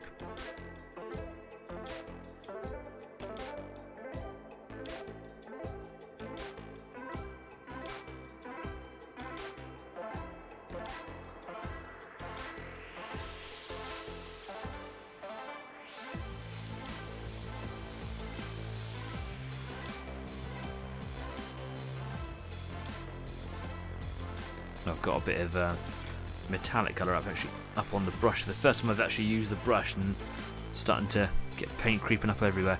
Something about metallic paints, especially silver, they just get everywhere. A notorious creeper, as my dad Jeff would say. Always remember that as a kid. Silver, a notorious creeper.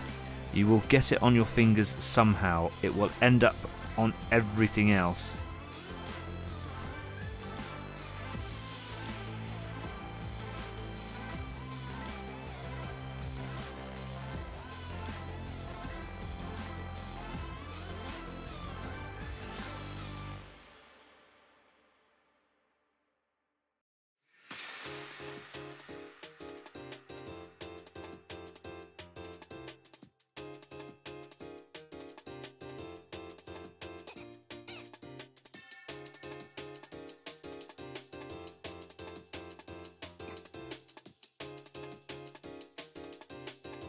It's a really tricky bit of paint, this is.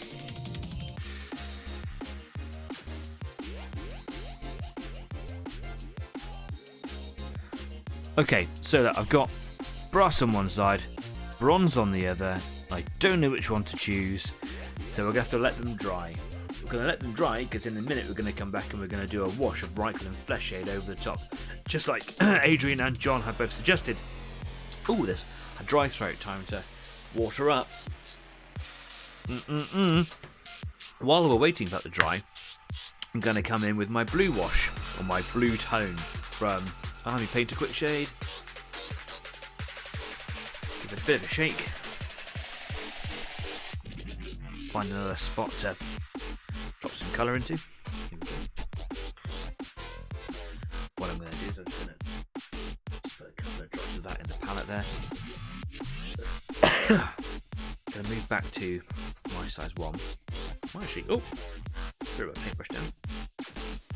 I'm going to go to my size 0, just for a bit better control. Bit of water to the brush. Okay, pick up some of that blue tone now. Just a little bit loaded on the brush there, and hopefully this will give me the colour of the overalls that I'm looking for.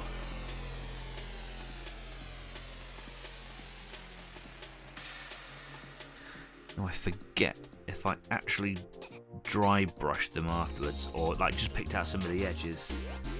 I think I actually went back over with the original colour, but this is the colour combo. Looking at that guy's overalls beside me, you can see that this is the effect that I'm looking for. And you can see the difference. There's a leggy, there's an army, and it makes all the difference.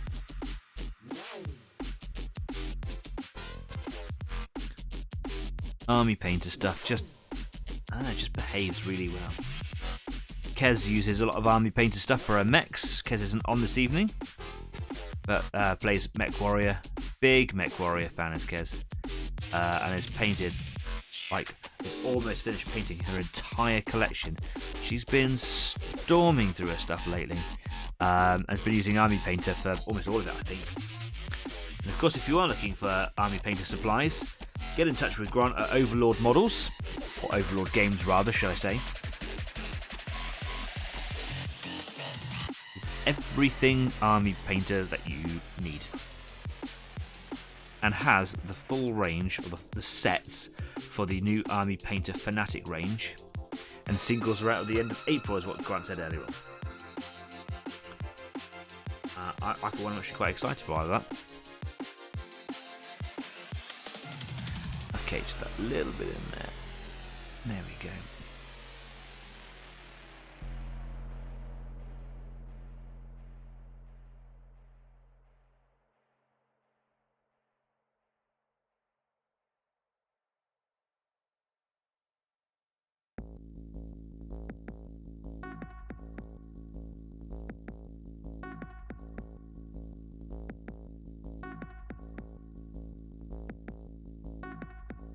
I've got a cat hair stuck on the end of my paintbrush. You can just see it wafting around the corner of my eye. Already, just by having this little bit of grey blue in here, for me, has just broken up all of this warm colour build up here. And the silver's kind of almost like a neutral tone to all of it. I really like it. Now, when I was painting these guys and I designed the recipe for it, that was never my intention. It's just, you know, a lucky coincidence. I never start any of my projects by really thinking about how I'm gonna, you know, divide it up with colour temperature or anything like that. I just like to make sure that I've got a nice mix of colours in there. And then as I'm painting, I go like, oh, it's all a little bit overwhelming in a, you know, particular colour or sometimes a colour temperature. With these guys, I just copy them from the books, really.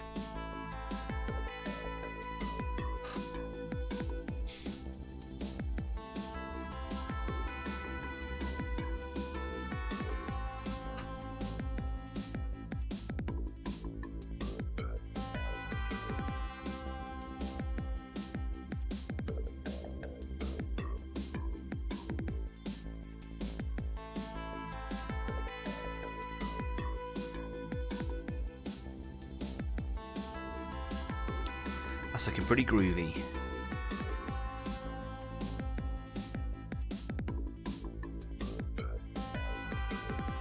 And I'm particularly looking for it to settle into like the creases on his overalls, like especially in his elbow there, or anywhere where it looks like the fabric is supposed to be folding or gathering. Because it will filter the grey and make it look more blue tone, obviously, but it will also add some depth into some of those recesses, obviously. I like it. Excellent. That's the blue tone done there. Now what we're going to do, I'm going to move back to my 000 brush for a good old test with the Rycliffe Flesh Shade. Give that a bit of a shake, even though it does go frothy. And we are coming to the end of the show. If this is anything that you want to kind of talk about, discuss, or show off or anything, now's the time to do it, really. Frothy paint, this one. Don't know why it does that. Quite soapy. What I'm going to do is I'm actually going to get a pipette just to avoid the froth there, and I'm just going to drop a couple of drops in to my palette over here.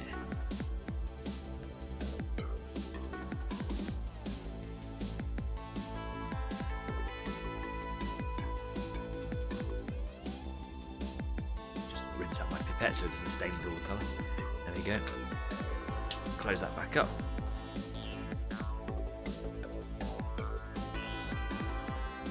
Rycliffe Flesh Shade. So, first of all, on to the brass colour, the brassy brass. Just going to get rid of that, what looks like a cat hair in my bristles. Brassy brass.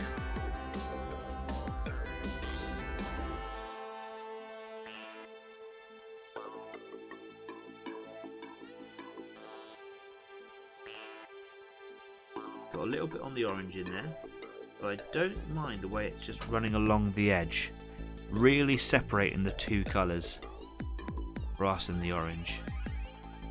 Trying to not use it as a filter for the orange. I'll be doing that later on. I think I use Seraphim Sepia. Should definitely write it down.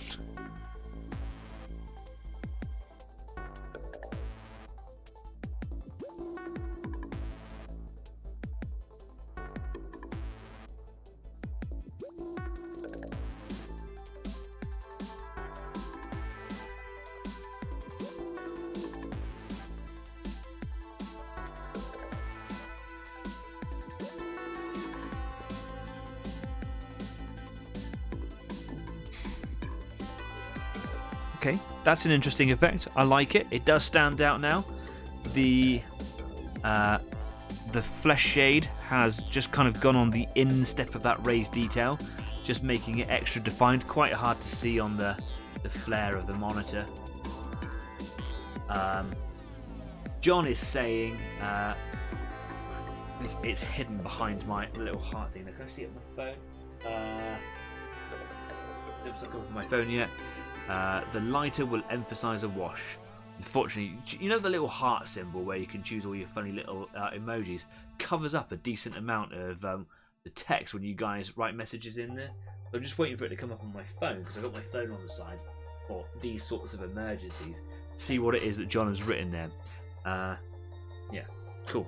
I'll keep on going. I do like that though.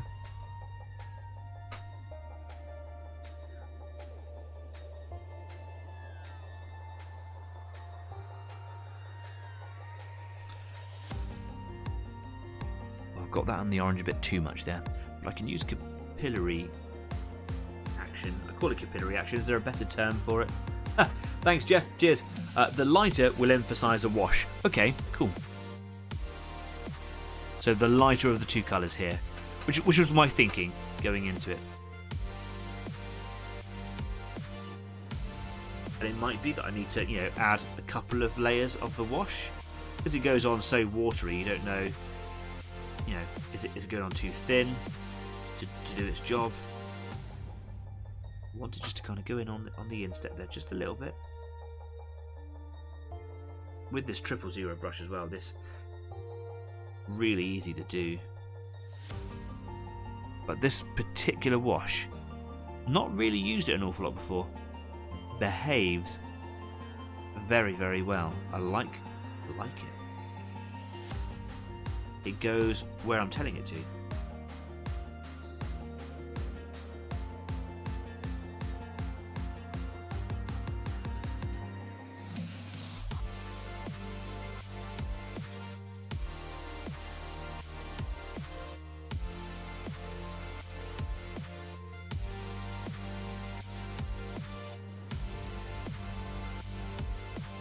You've got to be careful with these thinner washes, is that it's not just pooling up. So if I was to leave him standing up on his base now, it would all run towards where gravity is pulling it, and it would run away from some of the other areas higher up on that part of the model. Now if I had the Dry-O-Matic, it would make my life a lot easier. I don't have it. I've just got to apply it where I want it now, and then I suppose just keep on moving it around so it doesn't pool or settle.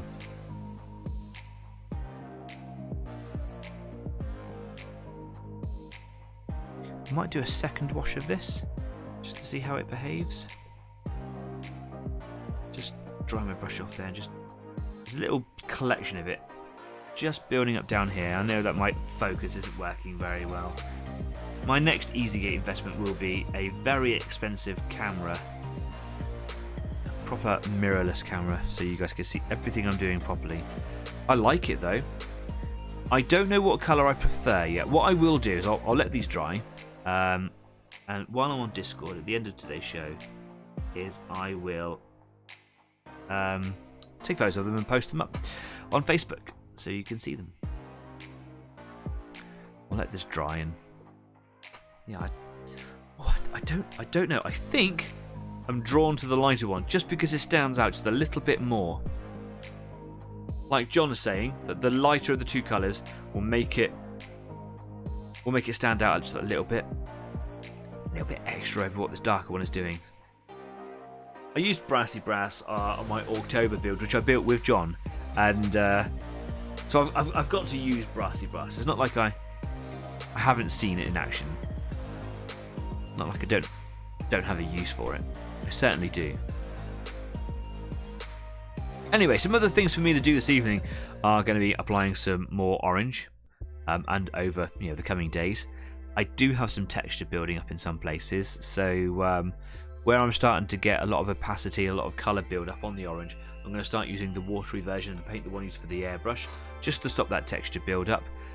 Really looking forward to seeing what that other paint from Two Thin Coats is going to do, if it's going to provide me with any more pigment count. And obviously at the end of April I'll be able to buy the individual paint from Army Painter Fanatics, and I will be getting them from Overlord Games.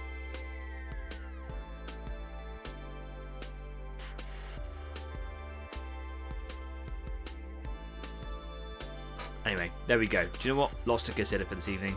Still a lot of silver to go in up here on the actual rider himself. You can see all those white bits looking down on there. That's his shoulder pads and the top of his backpack. We've got his queese to go. Queese. Thank you. Now know what Stafford was talking about. And there's also a saddle in there, which I suppose if I was building him in sub-assemblies, would be much easier for me to paint. But if I just wash my brush out, because I know it's still got paint on it, and I'm going to point with it now and ruin everything.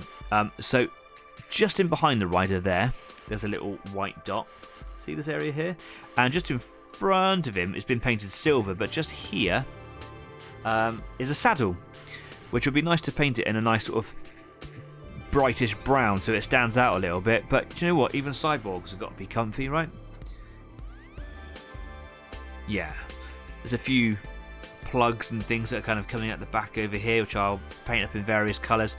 I think on previous miniatures I've done all hoses black to make them look like, hoses. The idea was to keep it simple, make it look like something that plugs into your vacuum cleaner or something. Out of this world, Muslim says, I just cleaned my dry pallets recently and couldn't help but laugh about you cleaning yours out. Yeah, I didn't want to do that. It pained me a lot to do that, but you guys made me do it because you got me lots of subscribers, and I am forever grateful for you for that. To you for that. Whatever. Anyway. Yeah, it was a harrowing memory, but I'm starting to build it up again. Starting to get some thick bits of paint in here. It's nice to have a reference and go, oh, this is where I'm going to put this bit and I'm going to put that bit. In fact, one of the videos I've seen probably about a year ago now was a guy on YouTube got his palette, and he says he never cleans his palettes. Sometimes he will spray paint them like a grey colour, but he likes the bumpy, lumpy texture on his dry palette because it allows him something to, see how paint behaves on certain textures. Or even when he's dry brushing, it's like a texture palette. Well, it is a texture palette because it's a palette with texture. I was like, yeah, that's what I want to do. I'm going to wait till I get to a point where the colours mean nothing to me anymore, and I'll just airbrush some grey primer on there, and I'll have a texture palette. It'll be great. And then you guys are like, oh, but if we get you to X amount of subscribers, you've got to clean your palette out. And then you did, so I had to, because I'm a man of my word. Ugh, the travesty. Anyway, been a fun night, right? Painting things tonight. On order, I do have some Tamiya glue coming. I've got some orange high pigment paint coming. Hopefully it's high pigment. I've also got some decals for my German Panther over here, as opposed to my English Panther. Of course, because this project that I'm painting this evening, it is a pause while I wait for supplies for this one to turn up. And I'll get all the decals on him, get to do some weathering on him, paint his tracks, and that's another tank done, right? However, it's nice to always have a break. I'm really enjoying this model. It is really nice. It's got a certain level of technicality to it. A lot of that is just because it's pre-built, so it's trying to kind of paint in around behind certain things, and obviously making some colour choices. Immediately after the show, I'm going to take some photos of it, and you can tell me whether you like the brass colour or the bronze colour, and you can tell me whether I should be saying brass or brass. It's entirely up to you. Anyway, that's enough for me. Jeff says just buy new ones, never clean your palette. Yeah, but it's because he's a terrain maker and he's a dirty little grot sat out there in his attic. It's a mess.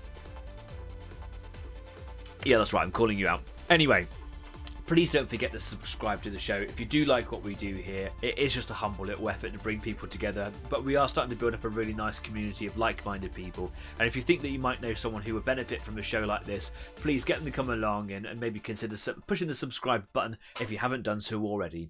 Put a poster up at school or at college or at work, or just tell some people in the street, wear a t-shirt with the Easy 8 logo on it, whatever it might be. Get them to come along to the show, hit the subscribe button, because the more subscribers that we get, the more people that it goes out to, and the bigger, better the community becomes.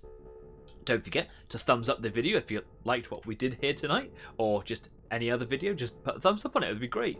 If you talking in the live chat, if you subscribe, if you do a thumbs up, if you're talking in the comments down there after the show, then it also affects the algorithm. All hail the YouTube algorithm.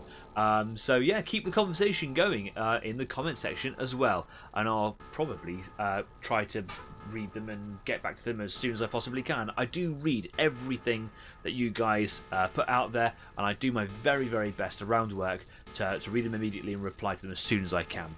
Anyway, that's enough of me right now. It's been a great week. I'm a little bit tired. I'm going to go over the Discord now, so I'll see you over there in a minute. And until next week, you guys stay safe, be kind, and keep on painting. And I'll see you soon. Take care now. Bye-bye. No, I don't have a poster. I'll make one. I'll put it on Facebook and you guys can print it off. I never talk in this bit.